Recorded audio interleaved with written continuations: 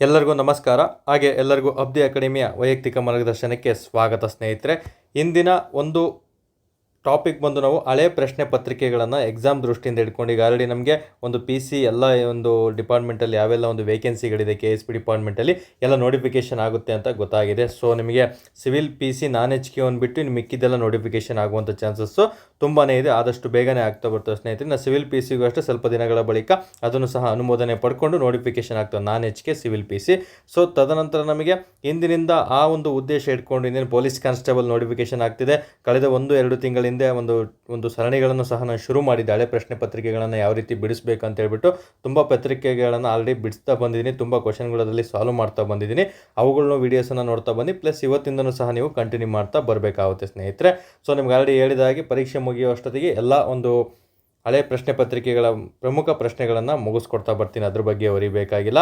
So ಪ್ರತಿದಿನ ನಿಮಗೆ ಹಳೆ ಪ್ರಶ್ನೆ ಪತ್ರಿಕೆಗಳು ಕಂಪಲ್ಸರಿ ಬಿಡಿಸಲೇಬೇಕು. ನಾನು ನೀಡೋದು ನಿಮಗೆ 10 ಕ್ವಶನ್ ಅಥವಾ 8 ಕ್ವಶನ್ ನೀಡಲಿ, ಬಟ್ ನೀವು ಪ್ರತಿದಿನ 50ರಿಂದ 60 ಕ್ವಶನ್ ಹಳೆ ಪ್ರಶ್ನೆ ಪತ್ರಿಕೆಗಳಲ್ಲಿ ಬಿಡಿಸಲೇಬೇಕು. ಯಾರೆಲ್ಲ ಪರ್ಫೆಕ್ಟಾಗಿ ಓದಿದ್ದೀರಾ, ರಿವಿಷನ್ ಮಾಡ್ತಾ ಇದ್ದೀರಾ, ಹಳೆ ಪ್ರಶ್ನೆ ಪತ್ರಿಕೆಗಳನ್ನು ಬಿಡಿಸೋದು ಕಡ್ಡಾಯವಾಗಿರುತ್ತೆ, ನೆನಪಲ್ಲಿರಬೇಕು. ನಂತರ ಈ ಹಳೆ ಪ್ರಶ್ನೆ ಪತ್ರಿಕೆಗಳು ಏನಕ್ಕೆ ನಮಗೆ ತುಂಬ ಉತ್ತಮ ಅಂತ ಹೇಳಿದರೆ, ಏನಕ್ಕೆ ಇವು ನಮಗೆ ಕೈ ಹಿಡಿಯುತ್ತೆ ಅಂತ ಹೇಳಿದರೆ, ಆಲ್ಮೋಸ್ಟ್ ನಿಮಗೆ 100 ಪ್ರಶ್ನೆಗಳಲ್ಲಿ 30ರಿಂದ 50 ಪ್ರಶ್ನೆಗಳು ಡೈರೆಕ್ಟ್ ಆರ್ ಇಂಡೈರೆಕ್ಟಾಗಿ ನಿಮಗೆ ಹಳೆ ಪ್ರಶ್ನೆ ಪತ್ರಿಕೆಗಳಲ್ಲೇ ಪ್ರಶ್ನೆಗಳನ್ನು ಕೇಳಲಾಗ್ತದೆ. ಅದು ನಿಮಗೆ ಡೈರೆಕ್ಟಾಗಾದರೂ ಕೇಳ್ಬೋದು ಅಥವಾ ಇಂಡೈರೆಕ್ಟಾಗಾದರೂ ಕೇಳ್ಬೋದು. ಫಾರ್ ಎಕ್ಸಾಂಪಲ್ ಇಲ್ಲಿ ಒಂದು ಪ್ರಶ್ನೆ ಇದೆ ನೋಡಿ, ಇದ್ರ ಮೇಲೆ ವೆರೈಟಿಯಾಗಿ ನಿಮಗೆ ಪ್ರಶ್ನೆಗಳನ್ನು ಅವರು ಮತ್ತೆ ಕೇಳ್ತಾ ಬರ್ತಾನೆ. ಆ ವೆರೈಟಿಗಳು ಯಾವೆಲ್ಲ ಕೇಳ್ತಾ ಬರ್ತಾನೆ ಅಂತ ಹೇಳ್ಬಿಟ್ಟು ಮೊದಲನೇ ಪ್ರಶ್ನೆ ತೊಗೊಂಡು ನಾನು ನಿಮಗೆ ಎಕ್ಸ್ಪ್ಲೇನ್ ಮಾಡ್ತಾ ಬರ್ತೀನಿ ಸ್ನೇಹಿತರೆ. ಓಕೆ, ನೀವು ಶ್ರದ್ಧೆಯಿಂದ ಓದಲೇಬೇಕಾಗುತ್ತೆ. ಸೊ ಯಾರೆಲ್ಲ ನೀವು ಒಂದು ವಿಡಿಯೋ ನೋಡ್ತಾ ಇದ್ದೀರಾ, ರೆಗ್ಯುಲರಿಟಿ ಇರಬೇಕು. ನೀವು 500 ಜನ ನೋಡಿ, 600 ಜನ ನೋಡಿ, 1000, 2000, 3000 ಜನ ನೋಡಿ, ಅದು ರೆಗ್ಯುಲರಾಗಿ ಇದು ಮಾಡಬೇಕು ಸ್ನೇಹಿತರೆ. ಯಾಕಂದರೆ ನಮ್ಮ ಒಂದು ಪೇಯ್ಡ್ ಬ್ಯಾಚಲ್ಲಿ ಆಲ್ಮೋಸ್ಟ್ 1500 ಜನಕ್ಕೂ ಅಧಿಕ ಅಭ್ಯರ್ಥಿಗಳು ಮಿಷನ್ 500ಗೆ ಜಾಯ್ನ್ ಆಗಿ ಓದ್ತಾ ಇದ್ದಾರೆ. ಸೊ ನೀವು ಅಷ್ಟೇ ಟೆಲಿಗ್ರಾಮಲ್ಲಿ ಯಾರೆಲ್ಲ ಸೀರಿಯಸ್ ಆಗಿ ಓದ್ತಾ ಇದ್ದಾರೆ ಅವ್ರಿಗೂ ಸಹ ಆಡಿಯೋ ಕ್ಲಾಸಸ್ಸನ್ನು ಕಳಿಸ್ತಾ ಇದ್ದೀನಿ. ಅದನ್ನು ಸಹ ನೀವು ಫಾಲೋ ಮಾಡಬೇಕು. ಅದರ ಜೊತೆಗೆ ನನ್ನ ಒಂದು ಯೂಟ್ಯೂಬ್ ವೀಡಿಯೋಸು ನೀವು ಕಂಪಲ್ಸರಿ ಓದಿದ್ದೆ ಆದಲ್ಲಿ ಖಂಡಿತ ಪಿ ಸಿ ಹುದ್ದೆ ನೀವು ಪಡ್ಕೊಳೋದ್ರಲ್ಲಿ ಆದಷ್ಟು ಬೇಗನೆ ಯಶಸ್ವಿ ಗಳಿಸ್ತೀರ ಅಂತ ನಾನು ನಿಮಗೆ ಭರವಸೆ ಕೊಡ್ತೀನಿ. ಹಾಗಾದರೆ ಇಂದಿನ ಮೊದಲನೇ ಪ್ರಶ್ನೆ ನೋಡ್ತಾ ಬರೋಣ. ಸೊ ಇಲ್ಲಿ ಡೈರೆಕ್ಟ್ ಪ್ರಶ್ನೆಗೆ ಹೋಗ್ತಾ ಬರೋಣ. ಎಲ್ಲ ಒಂದು ರಂಗದ ಪ್ರಶ್ನೆಗಳನ್ನು ನಾನು ತೊಗೊತೀನಿ. ಅಂದರೆ ಎಲ್ಲ subject, history, polity, geography, science, history ಆಗಿರ್ಬೋದು, ಪೊಲಿಟಿ ಆಗಿರ್ಬೋದು, ಜಿಯೋಗ್ರಫಿ ಆಗಿರ್ಬೋದು, ಸೈನ್ಸ್ ಆಗಿರ್ಬೋದು, ಎಲ್ಲ ಪ್ರಶ್ನೆಗಳನ್ನು ಸಹ ನಿಮಗೆ 2 ಪ್ರಶ್ನೆಗಳನ್ನು ತೊಗೊಳ್ತು ಕಂಪ್ಲೀಟ್ 360ಯಲ್ಲಿ ಎಕ್ಸ್ಪ್ಲೇನ್ ಮಾಡ್ತಾ ಬರ್ತೀನಿ. ಓಕೆ, ಹಾಗಾದರೆ ಮೊದಲನೇ ಪ್ರಶ್ನೆ ನೋಡ್ತಾ ಬರೋಣ. ಕೆಳಕಂಡಗಳಲ್ಲಿ ಎಲ್ಲ ದುಂಡು ಮೇಜಿನ ಪರಿಷತ್ತಿನ ಸಭೆಗಳಲ್ಲಿ ಭಾಗವಹಿಸಿದ್ದವರು ಯಾರು ಅಂತ ನಿಮಗೆ ಪ್ರಶ್ನೆಯನ್ನು ಕೇಳಲಾಗಿದೆ ಸ್ನೇಹಿತರೆ. ಇದೊಂದು ಇತಿಹಾಸದ ಪ್ರಶ್ನೆ ಆಗಿದೆ. ಇದು ಎಷ್ಟರಲ್ಲಿ ಬಂತಂದರೆ 1998 PSI ಸಿವಿಲ್ ಎಕ್ಸಾಮ್ಗಳಲ್ಲಿ ಇದು ಪ್ರಶ್ನೆಯನ್ನು ಕೇಳಲಾಗಿದೆ ಸ್ನೇಹಿತರೆ. 1998ರಲ್ಲಿ ಒಂದು PSI ಎಕ್ಸಾಮ್ ನಡೆದಿದೆ, ಅಲ್ಲಿ ಈ ಪ್ರಶ್ನೆ ಕೇಳಲಾಗಿದೆ. ಇದೊಂದೇ ಅಂತಲ್ಲ, IAS ಇಂದ ಹಿಡಿದು PC ಎಕ್ಸಾಮ್ಗಳಲ್ಲಿ ಎಲ್ಲ ಪ್ರಶ್ನೆಗಳು ಸಹ ಕೇಳಿದೆ. ನೋಡಿ, ಯಾರೆಲ್ಲ ಓದ್ತಾ ಇದ್ದೀರಾ ಸೀರಿಯಸ್ ಆಗಿ, ಕಂಪಲ್ಸರಿ ನೀವು IAS ಇಂದ ಹಿಡಿದು PC ವರೆಗೂ ಕಂಪಲ್ಸರಿ ಎಲ್ಲ ಪ್ರಶ್ನೆಗಳು ಬಿಡಿಸ್ಬೇಕು. FDA ಆಗಿರ್ಬೋದು, SDA ಆಗಿರ್ಬೋದು, PC ಆಗಿರ್ಬೋದು, PSI ಆಗಿರ್ಬೋದು, ಮತ್ತು KS ಪ್ರಿಲಿಮ್ಸ್ ಆಗಿರ್ಬೋದು, ಮತ್ತು KE ಡಿಪಾರ್ಟ್ಮೆಂಟಿಂದ ನಡೆಸಿರುವಂಥ ಗ್ರೂಪ್ C ಎಕ್ಸಾಮ್ಗಳು ಯಾವೆಲ್ಲ ಇದ್ದಾವೆ ಅವೆಲ್ಲನೂ ಸಹ ನೀವು ಕಂಪಲ್ಸರಿ ಪ್ರಶ್ನೆ ಪತ್ರಿಕೆಗಳನ್ನು ಬಿಡಿಸಿದ್ದೇ ಆದಲ್ಲಿ ನಿಮಗೊಂದು ಲ್ಯಾಕ್ ಆಫ್ ನಾಲೆಡ್ಜ್ ಬರುತ್ತೆ. ಆವಾಗ ನಿಮಗೆ ಪ್ರಶ್ನೆ ಪತ್ರಿಕೆಗಳು ಈಸಿ ಬರಲಿ ಕಷ್ಟ ಬರಲಿ ಸುಲಭವಾಗಿ ನಿಮಗೆ ಎಲಿಜಿಬಿಲಿಟಿ ಸ್ಕೋರನ್ನು ತೊಗೊಳ್ತಾ ಬರ್ಬೋದು ಸ್ನೇಹಿತರೆ. ಓಕೆ, ಇದನ್ನು ನೆನಪಿಟ್ಕೊಳ್ಳಿ. ಕೇವಲ PC PS ಅಷ್ಟೇ ಪ್ರಶ್ನೆ ಪತ್ರಿಕೆ ಬಿಡಿಸೋದಲ್ಲ. PCಗಾದರೂ ಓದ್ತಾ ಇರಿ, ನೀವು KPSCಗಾದರೂ ಓದ್ತಾ ಇರಿ, KA PSIಗಾದರೂ ಓದ್ತಾ ಇರಿ. ಇಷ್ಟು ಪ್ರಶ್ನೆ ಪತ್ರಿಕೆಗಳನ್ನು ಕಡ್ಡಾಯವಾಗಿ ನೀವು ಬಿಡಿಸಲೇಬೇಕು. ಸಬ್ಜೆಕ್ಟು ಪರ್ಫೆಕ್ಟ್ ಆಗಿರಬೇಕು. ಓಕೆ, ಇಂದಿನ ಮೊದಲನೇ ಪ್ರಶ್ನೆ, ಯಾರು ದುಂಡು ಮೇಜಿನ ಪರಿಷತ್ತಿನ ಸಭೆಗಳಲ್ಲಿ ಭಾಗವಹಿಸಿದ್ದವರು ಯಾರು ಅಂದರೆ ಎಲ್ಲ ದುಂಡು ಮೇಜಿನ ಸಮ್ಮೇಳನ. ನೋಡಿ, ಎಲ್ಲ ಅನ್ನೋದಿದೆ. ಹಾಗಾದರೆ ಎಷ್ಟು ದುಂಡು ಮೇಜಿನ ಸಮ್ಮೇಳನ ಇದುವರೆಗೂ ಜರುಗಿದಾವೆ, ಯಾವೆಲ್ಲ ಅಂಶಗಳು ದುಂಡು ಮೇಜಿನ ಸಮ್ಮೇಳನದ ಮೇಲೆ ಪ್ರಶ್ನೆಗಳನ್ನು ಕೇಳಲಾಗ್ತದೆ. ಸೊ ಈಸಿ ಕೊಟ್ಟರೆ ಯಾವ ರೀತಿ ಕೇಳ್ತಾನೆ, ಡಿಫಿಕಲ್ಟ್ ಕೊಟ್ಟರೆ ಯಾವ ರೀತಿ ಕೇಳ್ತಾನೆ ಅಂತ ನಿಮಗೆ ಕಂಪ್ಲೀಟ್ ಮಾಹಿತಿಯನ್ನು ಇಲ್ಲಿ ತಿಳಿಸ್ಕೊಡ್ತಾ ಬರ್ತೀನಿ ಸ್ನೇಹಿತರೆ. ಮೊದಲ ಬಾರಿಗೆ ನಮಗೆ ಈ ದುಂಡು ಮೇಜಿನ ಸಮ್ಮೇಳನ ಅಂತ ಬಂದಾಗಿದೆ ನಾವು ರೌಂಡ್ ಟೇಬಲ್ ಕಾನ್ಫರೆನ್ಸ್ ಅಂತ ಕರಿತೀವಿ. ಏನು ರೌಂಡ್ ಟೇಬಲ್ ಕಾನ್ಫರೆನ್ಸ್ ಅಂತ ಕರಿತಾ ಬರ್ತೀವಿ. ಇದು ಯಾವ ವರ್ಷದಿಂದ ಯಾವ ವರ್ಷದವರೆಗೂ ಜರುಗಿತು ಅಂತ ನಿಮಗೆ ಪ್ರಶ್ನೆಯನ್ನು ಕೇಳಲಾಗ್ತದೆ. 1930ರಿಂದ 1932ರವರೆಗೆ 3 ದುಂಡು ಮೇಜಿನ ಸಮ್ಮೇಳನಗಳು ಜರುಗ್ತಾ ಬರ್ತವೆ ಸ್ನೇಹಿತರೆ. ಒಟ್ಟು ಎಷ್ಟು ದುಂಡು ಮೇಜಿನ ಸಮ್ಮೇಳನ ಜರುಗಿದ್ವು ಅಂತ ಪ್ರಶ್ನೆ ಕೇಳಿದರೆ 3 ಆಗಿರುತ್ತೆ. ಸಿಂಪಲ್ ಆಗಿ ಕೇಳ್ತಾ ಬರ್ತಾನೆ. ಯಾವ ವರ್ಷದಿಂದ ಯಾವ ವರ್ಷದವರೆಗೂ ಅಂತ ಕೇಳಿದರೆ 1930ರಿಂದ 1932ರಲ್ಲಿ ಅಲ್ಲಿವರೆಗೂ ಆಗ್ತಾ ಬರುತ್ತೆ. 30 ಮತ್ತು 31, 32ರಲ್ಲಿ ಆಗ್ತಾ ಬರ್ತದೆ ಸ್ನೇಹಿತರೆ. ಏನಕ್ಕೋಸ್ಕರ ಇದು ಸ್ಥಾಪನೆ ಆಯಿತು, ಏನಕ್ಕೋಸ್ಕರ ಈ ಒಂದು ಸಮ್ಮೇಳನ ಜರುಗಿದ್ವು ಅಂತ ಪ್ರಶ್ನೆ ಕೇಳ್ತಾರೆ. 1927ರಲ್ಲಿ ಒಂದು ಕಮಿಷನ್ ರೆಡಿ ಮಾಡಿರ್ತಾರೆ. ಇನ್ನು ಸೈಮನ್ ಕಮಿಷನ್ ಅಂತ ಸೃಷ್ಟಿ ಮಾಡಿರ್ತಾರೆ ಸ್ನೇಹಿತರೆ 1937ರಲ್ಲಿ. ಈ ಸೈಮನ್ ಕಮಿಷನ್ 1928ರಲ್ಲಿ ತನ್ನ ವರದಿಯನ್ನು ಭಾರತಕ್ಕೆ ಬರುತ್ತೆ. ಎಕ್ಸಾಂಪಲ್ ಪ್ರಶ್ನೆ ಆಗಿದೆ ತುಂಬ ಬಾರಿ, ಸೈಮನ್ ಆಯೋಗವು ಭಾರತಕ್ಕೆ ಬಂದಂತಹ ವರ್ಷ ಯಾವುದು ಅಂತ ನೋಡಿ. ಇಲ್ಲಿ ತುಂಬ ಜನ ಕನ್ಫ್ಯೂಷನ್ ಆಗ್ತೀರಾ. ಸೈಮನ್ ರಿಪೋರ್ಟು ಅಥವಾ ಸೈಮನ್ ಆಯೋಗ ರಚನೆ ಆದಂತಹ ವರ್ಷ ಕೇಳಿದರೆ 1927. ಸೈಮನ್ ಆಯೋಗ ಭಾರತಕ್ಕೆ ಬಂದ ವರ್ಷ ಕೇಳಿದರೆ 1928 ಆಗಿರುತ್ತೆ. ಕನ್ಫ್ಯೂಷನ್ ಮಾಡ್ಕೋಬಾರ್ದು, ಎಕ್ಸಾಮಲ್ಲಿ ತುಂಬ ಬಾರಿ ಪ್ರಶ್ನೆ ಕೇಳಿದ್ದಾನೆ ಸ್ನೇಹಿತರೆ. ಏನು ಈ ಸೈಮನ್ ಆಯೋಗ ವರದಿ ಚರ್ಚಿಸೋದಕ್ಕೋಸ್ಕರ ಏನಕ್ಕೋಸ್ಕರ ಇದನ್ನು ಸೃಷ್ಟಿ ಮಾಡಿದರು? ಯಾಕಂದರೆ ನಮಗೇನು ನೀವು ಪೊಲಿಟಿಲಿ 1919 ಒಂದು ಬ್ರಿಟಿಷ್ ಕಾಯ್ದೆ ಅಥವಾ ಮೌಂಟೆಗೋ ಚೇಮ್ಸ್ಫೋರ್ಡ್ ಸುಧಾರಣೆಗಳನ್ನು ಅಲ್ಲಿ ಏನೆಲ್ಲ ನಡೀತಾ ಇದೆ ಅವುಗಳ ವೈಖರಿಗಳ ಬಗ್ಗೆ ಪರಾಮರ್ಶೆ ನೀಡಲು ವಿಮರ್ಶೆ ಮಾಡೋದಕ್ಕೋಸ್ಕರ ಇದನ್ನು ಆಯೋಗವನ್ನು ರಚನೆ ಮಾಡಿರ್ತಾರೆ. ಇನ್ನು ಭಾರತಕ್ಕೆ ಒಂದು ಸಂವಿಧಾನದ ಪ್ರಕಾರ ಯಾವೆಲ್ಲ ಅಂಶಗಳು ರಿಕ್ವೈರ್ಡ್ ಇದೆ ಭಾರತಕ್ಕೆ ಅಂತ ಹೇಳ್ಬಿಟ್ಟು ತಿಳಿಸೋದಕ್ಕೋಸ್ಕರ ಸಹ ಇದನ್ನು ಸೃಷ್ಟಿ ಮಾಡಿರ್ತಾರೆ ಸ್ನೇಹಿತರೆ. ಇದರ ವರದಿಯನ್ನು ಇಟ್ಕೊಂಡು ಯಾವ ರೀತಿ ಮುಂದೆ ಒರಿಬೇಕು ನಾವು ಇಲ್ಲಿ ಅನ್ನೋದನ್ನ ಮೇಲೆ ನಮಗೆ ಒಂದು ದುಂಡು ಮೇಜಿನ ಸಮ್ಮೇಳನಗಳು ಜರುಗ್ತಾ ಬರ್ತವೆ. ನೆಕ್ಸ್ಟ್ ಪ್ರಶ್ನೆ ನಿಮಗೆ ಕೇಳೋದು, ದುಂಡು ಮೇಜಿನ ಸಮ್ಮೇಳನಗಳು ಎಲ್ಲಿ ಜರುಗಿದವು ಅಂತ ಪ್ರಶ್ನೆ ಕೇಳ್ತಾನೆ. ಲಂಡನ್ನಲ್ಲಿ ಜರುಗ್ತಾ ಬರ್ತವೆ. ಓಕೆ, ಎಕ್ಸಾಕ್ಟ್ ಲಂಡನ್ ಅಂತ ಕೇಳ್ತಾ ಬರ್ತಾನೆ. ಕೆಲವೊಮ್ಮೆ ಕೇಳ್ತಾ ಬರ್ತಾನೆ ಜೇಮ್ಸ್, ಲಂಡನ್ನಲ್ಲಿ ಒಂದು ಜೇಮ್ಸ್ ಅರಮನೆ ಅಂತಿದೆ. ಇಂಡೈರೆಕ್ಟ್ ಪ್ರಶ್ನೆ ಆಗುತ್ತೆ, ಜೇಮ್ಸ್ ಅರಮನೆ ಎಲ್ಲಿದೆ ಅಂತ. ಲಂಡನ್ನಲ್ಲಿದೆ ಸ್ನೇಹಿತರೆ. ಇಲ್ಲಿ 3 ದುಂಡು ಮೇಜಿನ ಸಮ್ಮೇಳನಗಳು ಜರುಗ್ತಾ ಬರ್ತವೆ. ಅದರಲ್ಲಿ ಮೊದಲನೇ ದುಂಡು ಮೇಜಿನ ಸಮ್ಮೇಳನ 1930 ಜರುಗ್ತಾ ಬರುತ್ತೆ. ಅದು ತುಂಬಾ ಇಂಪಾರ್ಟೆಂಟು. ಯಾವ ದಿನಾಂಕದಂದು ಜರುಗಿತು ಅಂತಲೂ ಸಹ ನೀವು ಓದ್ಕೊಳ್ತಾ ಇರಬೇಕಾಗುತ್ತೆ. ನಂತರ ಈ ಒಂದು ಮೊದಲನೇ ದುಂಡು ಮೇಜಿನ ಸಮ್ಮೇಳನ ಮತ್ತು ಎರಡನೇ ದುಂಡು ಮೇಜಿನ ಸಮ್ಮೇಳನ ಮತ್ತು ಮೂರನೇ ದುಂಡು ಮೇಜಿನ ಸಮ್ಮೇಳನದಲ್ಲಿ ಯಾರೆಲ್ಲ ಒಂದು ವೈಸ್ರಾಯ್ಗಳಿದ್ರು ಅಂತ ನಿಮಗೆ ಪ್ರಶ್ನೆಯನ್ನು ಕೇಳಲಾಗ್ತದೆ. ನಮಗೆ ಮೊದಲನೇ ದುಂಡು ಮೇಜಿನ ಸಮ್ಮೇಳನದಲ್ಲಿ ಇದ್ದಂತಹ ವೈಸ್ರಾಯಿ ಲಾರ್ಡ್ ಇರ್ವಿನ್ ಅವರಾಗಿರ್ತಾರೆ. ನೆನ್ಪಿಟ್ಕೊಳ್ಳಿ, ಲಾರ್ಡ್ ಇರ್ವಿನ್ ತುಂಬಾ ಇಂಪಾರ್ಟೆಂಟು, ತುಂಬ ಬಾರಿ ಪ್ರಶ್ನೆ ಆಗಿದೆ. ನಂತರ ಇವೆರಡಿದಾವಲ್ಲ, ಇವೆರಡರಲ್ಲಿ ಚೇಂಜ್ ಆಗ್ತಾ ಬರ್ತಾರೆ. ವೈಸ್ರಾಯಿ ಕಾಲಕ್ಕೆ ತಕ್ಕಂತೆ 5 ವರ್ಷಗಳಿಗೊಮ್ಮೆ ಅವರು ಚೇಂಜ್ ಮಾಡ್ತಾ ಬಂದಿದ್ರು. ಸೊ 5 ಅಂತ ಎಕ್ಸಾಕ್ಟ್ ಅಲ್ಲ, ಯಾವಾಗ ಬೇಕಾದ್ರೂ ಚೇಂಜ್ ಆಗ್ತಾ ಇರ್ಬೋದು. ಇವೆರಡು ಸಂದರ್ಭದಲ್ಲಿ ಎರಡನೇ ಮತ್ತು ಮೂರನೇ ದುಂಡು ಮೇಜಿನ ಸಮ್ಮೇಳನದಲ್ಲಿ ಇದ್ದಂತಹ ವೈಸ್ರಾಯ್ಗಳು ಯಾರು ಅಂತ ಕೇಳ್ತಾರೆ. ಲಾರ್ಡ್ ವೆಲ್ಲಿಂಗ್ಟನ್ ಎಂಬಾತನು ಇರ್ತಾನೆ ಸ್ನೇಹಿತರೆ, ನೆನ್ಪಿಡ್ಕೋಬೇಕು. ಇಲ್ಲಿ ತುಂಬ ಜನಕ್ಕೆ ಗೊಂದಲ ಆಗುತ್ತೆ. ಸೊ ಫಸ್ಟಲ್ಲಿ ಲಾರ್ಡ್ ಇರ್ವಿನ್ ಇರ್ತಾನೆ, ಸೆಕೆಂಡ್ ಮತ್ತು ಥರ್ಡಲ್ಲಿ ಲಾರ್ಡ್ ವೆಲ್ಲಿಂಗ್ಟನ್ ಅವರು ವೈಸ್ರಾಯಿ ಆಗಿರ್ತಾರೆ, ಭಾರತದ ವೈಸ್ರಾಯಿ.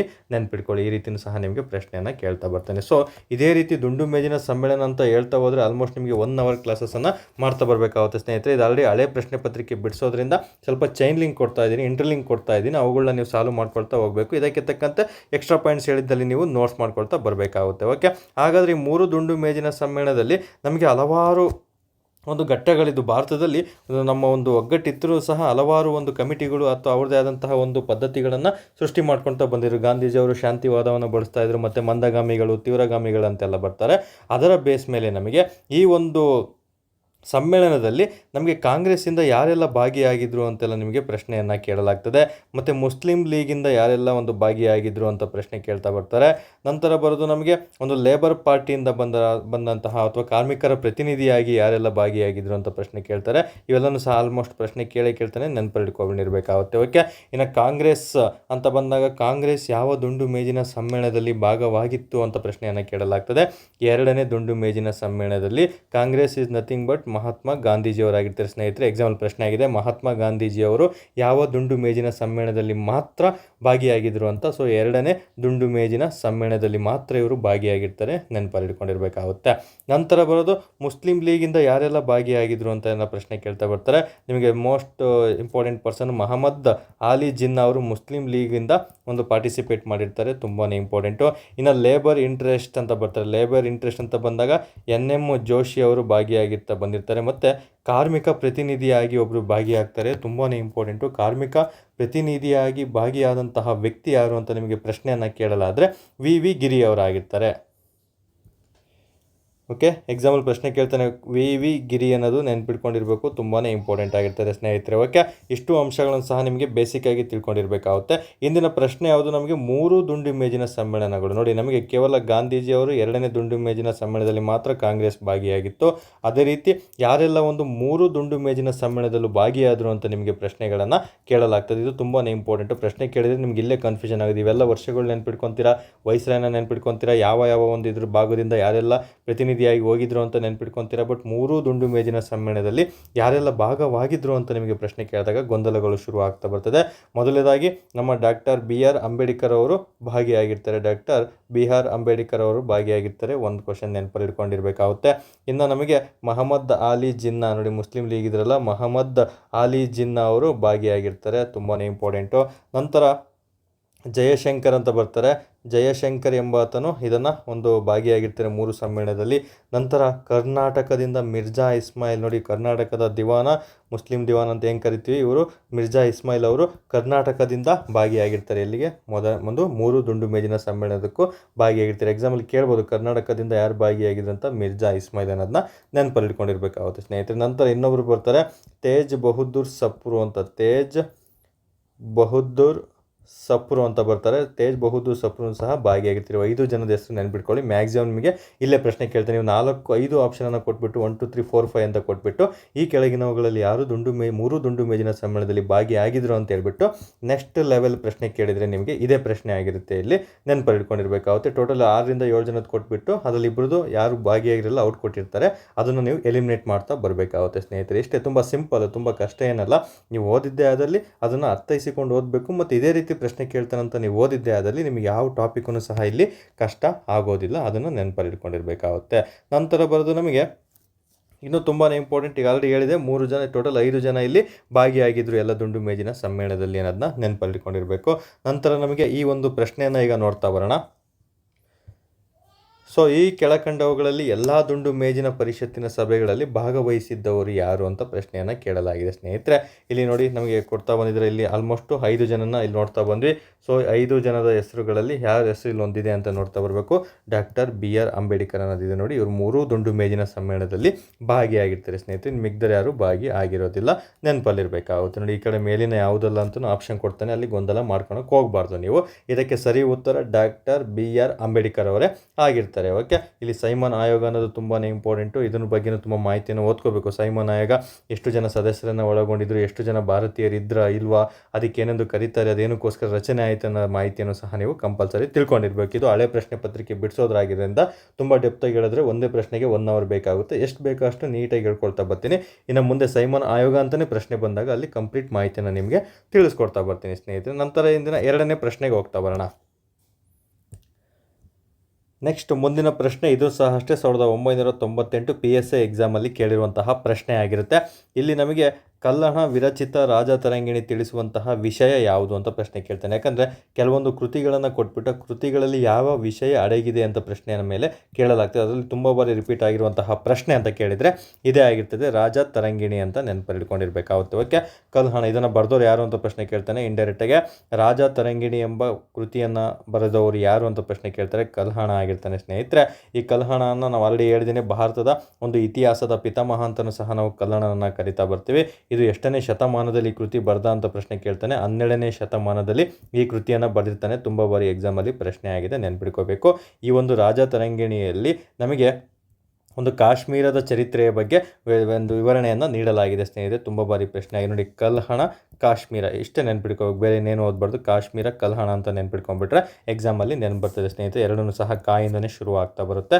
ಸೊ ಕಾಶ್ಮೀರದ ಚರಿತ್ರೆಯನ್ನು ವಿವರಣೆ ನೀಡುವಂತಹ ಕೃತಿ ಯಾವುದು ಅಂತ ಕೇಳಿದರೆ ರಾಜತರಂಗಿಣಿ ಕೃತಿಯಾಗಿರುತ್ತೆ, ನೆನ್ಪಿಟ್ಕೋಬೇಕಾಗುತ್ತೆ. ಓಕೆ, ಈ ಕಲ್ಹಣ ಅಂತ ಬಂದಾಗ ಇಷ್ಟು ಮಾಹಿತಿಯನ್ನು ನೀವು ತಿಳ್ಕೊಂಡಿರಲೇಬೇಕಾಗುತ್ತೆ. ಎಕ್ಸಾಮಲ್ಲಿ ತುಂಬ ಬಾರಿ ಪ್ರಶ್ನೆಯನ್ನು ಕೇಳಿದರೆ. ಇನ್ನು ಚರಿತ್ರೆ ಬಗ್ಗೆ ಈ ಕಲ್ಹಣ ನಂತರ ಇನ್ನೊಬ್ಬ ಬಿಲ್ಹಣ ಅಂತ ಬರ್ತಾನೆ. ಇಲ್ಲೂ ಸಹ ನೀವು ಕನ್ಫ್ಯೂಷನ್ ಮಾಡ್ಕೋಬಾರ್ದು. ಕಲ್ಹಣ ಮತ್ತು ಬಿಲ್ಹಣನಿಗೆ ವ್ಯತ್ಯಾಸ ಇದೆ ಸ್ನೇಹಿತರೆ. ಈ ಬಿಲ್ಹಣ ಒಂದು ಕೃತಿ ಬರೀತಾನೆ. ಆ ಕೃತಿಯ ಹೆಸರು ವಿಕ್ರಮಾಂಕ ದೇವಚರಿತ. ವಿಕ್ರಮಾದಿತ್ಯನ ಆಸ್ಥಾನದಲ್ಲಿರ್ತಾನೆ. ವಿಕ್ರಮಾಂಕ ದೇವಚರಿತೆ ಅಂತ ಕೃತಿಯನ್ನು ಬರೆದವರು ಯಾರು ಅಂತ ಪ್ರಶ್ನೆ ಕೇಳ್ತಾರೆ. ಅದು ಬಿಲ್ಹಣ ಆಗಿರ್ತಾನೆ, ನೆನ್ಪಿಟ್ಕೋಬೇಕಾಗುತ್ತೆ. ಓಕೆ, ಇಲ್ಲಿ ನೆಕ್ಸ್ಟ್ ಇನ್ನು ಒಂದು ಚರಿತೆಗಳು ಅಂತ ಬಂದಾಗ ತುಂಬ ಚರಿತೆಗಳು ಬರ್ತವೆ. ಫಾರ್ ಎಕ್ಸಾಂಪಲ್ ಹರ್ಷ ಚರಿತೆ ಎಂಬ ಕೃತಿ ಬರುತ್ತೆ. ಹರ್ಷ ಚರಿತೆಯನ್ನು ಬರೆದವರು ಯಾರು ಅಂತ ಪ್ರಶ್ನೆ ಕೇಳ್ತಾನೆ. ಬಾಣಭಟ್ಟ, ಹರ್ಷವರ್ಧನ ಆಸ್ಥಾನದಲ್ಲಿ ಇರ್ತಾನಲ್ಲ ಬಾಣಭಟ್ಟ, ಈ ಕೃತಿಯನ್ನು ಹರ್ಷ ಚರಿತೆ ಎಂಬ ಕೃತಿಯನ್ನು ಬರೆದಿರ್ತಾನೆ. ಅದನ್ನು ಸಹ ತುಂಬ ಬಾರಿ ಎಕ್ಸಾಮಲ್ಲಿ ಪ್ರಶ್ನೆ ಆಗಿದೆ. ನಂತರ ಬರೆದು ನಮಗೆ ಹರ್ಷ ಚರಿತೆ ಆದ ತಕ್ಷಣ ಇನ್ನೊಂದು ಕೃಷ್ಣ ಚರಿತೆ ಅಂತ ಒಂದು ಕೃತಿ ಬರುತ್ತೆ. ಇದೊಬ್ಬ ಅರಸ ಬರೆದಿರ್ತಾನೆ ಸ್ನೇಹಿತರೆ. ಕವಿರಾಜ ಅಂತ ಅವನ್ನ ಕರಿತಾ ಬರ್ತೀವಿ. ಯಾರು? ಸಮುದ್ರಗುಪ್ತ. ಸಮುದ್ರಗುಪ್ತ ಕೃಷ್ಣ ಚರಿತೆ ಎಂಬ ಕೃತಿಯನ್ನು ಬರೆದಿರ್ತಾನೆ. ಕವಿರಾಜ ಅಂತಲೂ ಸಹ ಈತನಿಗೆ ಕರಿತಾ ಬರ್ತಾರೆ, ನೆನಪಲ್ಲಿಟ್ಕೊಂಡಿರಬೇಕಾಗುತ್ತೆ. ನಂತರ ಇನ್ನೊಂದು ಚರಿತೆ ಬರುತ್ತೆ. ಅದು ಯಾವ ಚರಿತೆ? ತುಂಬ ಬಾರಿ ರಿಪೀಟ್ ಆಗಿದೆ.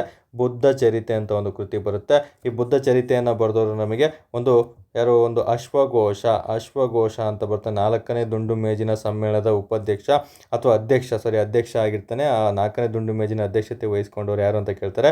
ಅಶ್ವಘೋಷ ಬುದ್ಧ ಚರಿತೆಯನ್ನು ಬರೆದಿರ್ತಾನೆ. ಕನಿಷ್ಕನ ಆಸ್ಥಾನದಲ್ಲಿರ್ತಾನೆ. ಅದರ ಒಂದು ಅರಸ ಕನಿಷ್ಕ ಆಗಿರ್ತಾನೆ. ಸ್ನೇಹಿತರೆ ಎಲ್ಲರಿಗೂ ಸಹ ಗೊತ್ತಿರ್ತಾನೆ 4ನೇ ಒಂದು ಬೌದ್ಧ ಸಮ್ಮೇಳನ ಏರ್ಪಡಿಸಿದಂತಹ ಅರಸ ಕನಿಷ್ಕನೇ ಆಗಿರ್ತಾನೆ. ಅದನ್ನು ಸಹ ಎಕ್ಸಾಮಲ್ಲಿ ತುಂಬ ಬಾರಿ ಪ್ರಶ್ನೆ ಕೇಳಲಾಗಿದೆ. ತುಂಬಾ ಇಂಪಾರ್ಟೆಂಟು, ಪದೇ ಪದೇ ರಿಪೀಟ್ ಆಗಿರುವಂತಹ ಪ್ರಶ್ನೆ ಆಗಿರುತ್ತೆ, ನೆನಪಲ್ಲಿಟ್ಕೊಂಡಿರ್ಬೇಕಾಗುತ್ತೆ.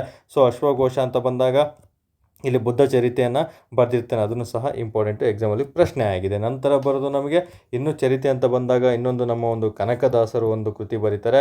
ಕನಕದಾಸರು ಅಂತ ಬಂದಾಗ ಈ ಒಂದು ನಳಚರಿತೆ ಎಂಬ ಕೃತಿಯನ್ನು ಬರೆದಿರ್ತಾರೆ. ನಳಚರಿತೆ ಅನ್ನೋದು ಕನಕದಾಸರು ಅವರು ಬರೆದಿರ್ತಾರೆ. ಸ್ನೇಹಿತರೆ ಇಷ್ಟು ಚರಿತೆಗಳು ಸಹ ಎಕ್ಸಾಮ್ ದೃಷ್ಟಿಯಿಂದ ತುಂಬಾ ಇಂಪಾರ್ಟೆಂಟ್ ಆಗಿರುತ್ತೆ. ಇನ್ನು ಚರಿತ್ರೆ ರಿಲೇಟೆಡ್ ಏನಾದರೂ ನಾನು ಯಾವುದಾದ್ರೂ ಬಿಟ್ಟಿದ್ರೆ ದಯವಿಟ್ಟು ಕಮೆಂಟ್ ಮಾಡಿ. ಆ ಕಮೆಂಟಲ್ಲಿ ಸ್ಟೂಡೆಂಟ್ಸ್ ಸಹ ನೋಡ್ತಾರೆ, ಅವ್ರಿಗೂ ಸಹ ಅದು ಉಪಯುಕ್ತ ಆಗ್ತಾ ಬರಬೇಕಾಗುತ್ತೆ. ಕೇವಲ ಚರಿತೆಯಿಂದ ಶುರುವಾಗುವಂಥ ಕೃತಿಗಳನ್ನು ಮಾತ್ರ ಕಮೆಂಟ್ ಮಾಡಿ. ಮಿಕ್ಕಿದ ಕೃತಿಗಳನ್ನು ಸಹ ನಾನು ಮುಂದಿನ ದಿನಗಳಲ್ಲಿ ತಿಳಿಸ್ಕೊಡ್ತಾ ಬರ್ತೀನಿ. ಓಕೆ, ನಂತರ ಬರೋದು ನಮಗೆ ಈ ಒಂದು ಚರಿತೆ ಅಂತ ಬಂದ ತಕ್ಷಣ ಇನ್ನೊಂದು ದಶಕುಮಾರ ಚರಿತೆ ತುಂಬಾ ಇಂಪಾರ್ಟೆಂಟು, ಹೇಳೋದು ಮತ್ತೆ. ಓಕೆ, ದಶಕುಮಾರ ಚರಿತೆ ಅಂತ ಬರುತ್ತೆ. ದಶಕುಮಾರ ಚರಿತೆಯನ್ನು ಬರೆದವರು ಯಾರು ಅಂತ ಪ್ರಶ್ನೆ ಕೇಳ್ತಾನೆ.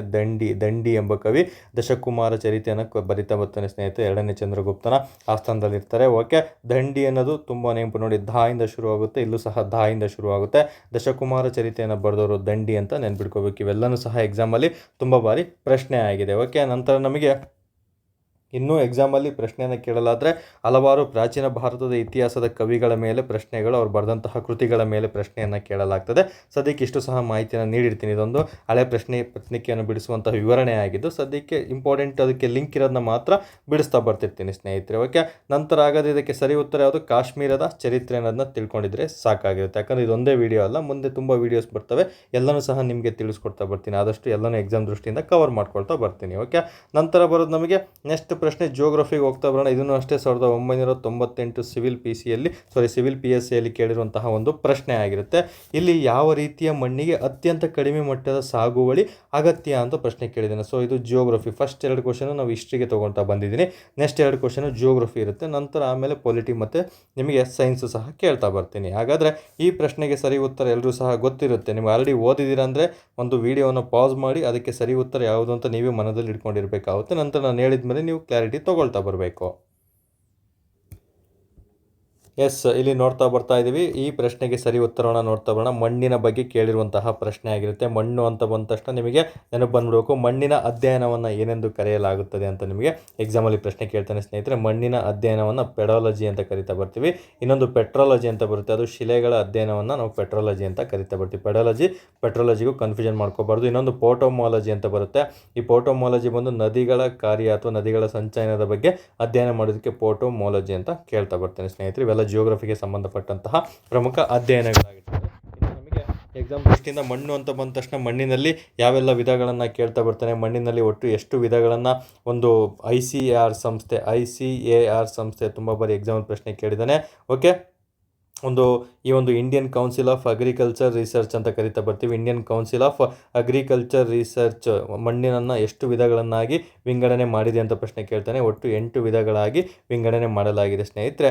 ಈ ಭಾರತದಲ್ಲಿ ಮಣ್ಣು ಸಂಶೋಧನಾ ಕೇಂದ್ರ ಎಲ್ಲಿದೆ ಅಂತ ಪ್ರಶ್ನೆ ಕೇಳ್ತಾನೆ. ಭಾರತದಲ್ಲಿ ಮಣ್ಣು ಸಂಶೋಧನಾ ಕೇಂದ್ರ ಎಲ್ಲಿದೆ ಅಂತ ಪ್ರಶ್ನೆ ಕೇಳ್ತಾನೆ. ಭೂಪಾಲದಲ್ಲಿದೆ. ನಿಮಗೆ ಮುಂದೆ ಈ ಪ್ರಶ್ನೆಗಳು ಇವೆಲ್ಲ ಏನು ಹೇಳ್ತಾ ಇದ್ದೀನಿ, ಪೆಡಾಲಜಿ, ಪೆಟ್ರಾಲಜಿ, ಪೋಟೋಮಾಲಜಿ ಮತ್ತು ICAR 8 ವಿಧಗಳು, ಇವೆಲ್ಲ ಹಳೆಯ ಪ್ರಶ್ನೆ ಪತ್ರಿಕೆಗಳಲ್ಲಿ ಬೇರೆ ಬೇರೆ ರೀತಿಯಾಗಿ ಒಂದೇ ವರ್ಡಲ್ಲಿ ಪ್ರಶ್ನೆಗಳನ್ನು ತುಂಬ ಪ್ರಶ್ನೆ ಕೇಳಿದ್ದಾನೆ. ಇಲ್ಲೇ ನಿಮಗೆ 8 ಪ್ರಶ್ನೆಗಳು ಸಿಕ್ಕೋಗ್ತವೆ. ಮುಂದಿನ ಸಹ ಈ ಪ್ರಶ್ನೆಗಳು ಬಂದಾಗ ಮತ್ತೆ ಇವುಗಳನ್ನು ರಿಪೀಟ್ ಮಾಡ್ತಾ ಬರ್ತೀನಿ. ನಾವು ನೆನಪು ಮಾಡ್ಕೊಳಕ್ಕೆ ನೀವು ಟ್ರೈ ಮಾಡಬೇಕು. ಓಕೆ, ಮಣ್ಣು ಸಂಶೋಧನಾ ಕೇಂದ್ರ ಎಲ್ಲಿದೆ ಅಂತಲೂ ಸಹ ಪ್ರಶ್ನೆ ಆಗಿದೆ. ಭೂಪಾಲ್ನಲ್ಲಿದೆ, ನೆನಪಲ್ಲಿರಬೇಕು, ತುಂಬಾ ಇಂಪಾರ್ಟೆಂಟ್ ಆಗಿರೋದು. ಇನ್ನು ಕೇಂದ್ರ ಮಣ್ಣಿನ ಲವಣಾಂಶ ಸಂಶೋಧನಾ ಕೇಂದ್ರ, ಕನ್ಫ್ಯೂಷನ್ ಮಾಡ್ಕೋಬಾರ್ದು. ಮಣ್ಣು ಸಂಶೋಧನಾ ಕೇಂದ್ರ ಅಂತ ಕೇಳಿದರೆ ಭೂಪಾಲು, ಅಥವಾ ಕೇಂದ್ರ ಮಣ್ಣಿನ ಲವಣಾಂಶ ಸಾಲಿನಿಟಿ ಅಂತ ಬರುತ್ತಲ್ಲ, ಇದರ ಸಂಶೋಧನಾ ಕೇಂದ್ರ ಎಲ್ಲಿದೆ ಅಂತ ಪ್ರಶ್ನೆ ಕೇಳ್ತೇನೆ. ಹೈದರಾಬಾದ್ನಲ್ಲಿದೆ, ನೆನ್ಪಿಟ್ಕೋಬೇಕು. ಇದನ್ನು ಸಹ ಎಕ್ಸಾಮ್ ದೃಷ್ಟಿಯಿಂದ ತುಂಬಾ ಇಂಪಾರ್ಟೆಂಟು. ಇನ್ನು ಮಣ್ಣು ಅಂತ ಬಂದಾಗ ಯಾವ್ದು ಬರುತ್ತೆ, ಒಂದು ಮರುಭೂಮಿ ಅಂತ ಬರುತ್ತಲ್ವಾ. ಈ ಮಣ್ಣಿನಲ್ಲಿ ಮರುಭೂಮಿ ಸಂಶೋಧನಾ ಕೇಂದ್ರ ಎಲ್ಲಿದೆ ಅಂತ ಪ್ರಶ್ನೆ ಕೇಳ್ತಾನೆ. ಜೋಧ್ಪುರದಲ್ಲಿದೆ. ಜೋಧ್ಪುರದ ಎಲ್ಲಿದೆ? ಮರುಭೂಮಿ ಅಂದರೆ ಆಲ್ಮೋಸ್ಟ್ ರಾಜಸ್ಥಾನದಲ್ಲಿ ಇರೋದು, ನೆನಪಲ್ಲಿಟ್ಕೋಬೇಕು ಸ್ನೇಹಿತರೆ. ಇದು ಸಹ ನಿಮಗೆ ತುಂಬ ಸಿಂಪಲ್ ಆಗಿರುವಂತಹ ಪ್ರಶ್ನೆಗಳು ಪದೇ ಪದೇ ಕೇಳಿದ್ದಾನೆ. ಸೊ ಇಲ್ಲಿ ಪ್ರಶ್ನೆಗೆ ಬರೋಣ. ಯಾವ ರೀತಿಯ ಮಣ್ಣಿಗೆ ಅತ್ಯಂತ ಕಡಿಮೆ ಮಟ್ಟದ ಸಾಗುವಳಿ ಅಗತ್ಯ ಅಂತ ಕೇಳಿದ್ದಾನೆ. ಸಾಗುವಳಿ ಎಲ್ಲಿ ಅಗತ್ಯ ಇರುತ್ತೆ, ಯಾವುದಕ್ಕೆ, ಯಾವ ಒಂದು ಮಣ್ಣಿಗೆ ಸಾಗುವಳಿ ಅಗತ್ಯ ಇರುತ್ತೆ ಅಂತ ಪ್ರಶ್ನೆಯನ್ನು ಕೇಳಲಾಗ್ತದೆ.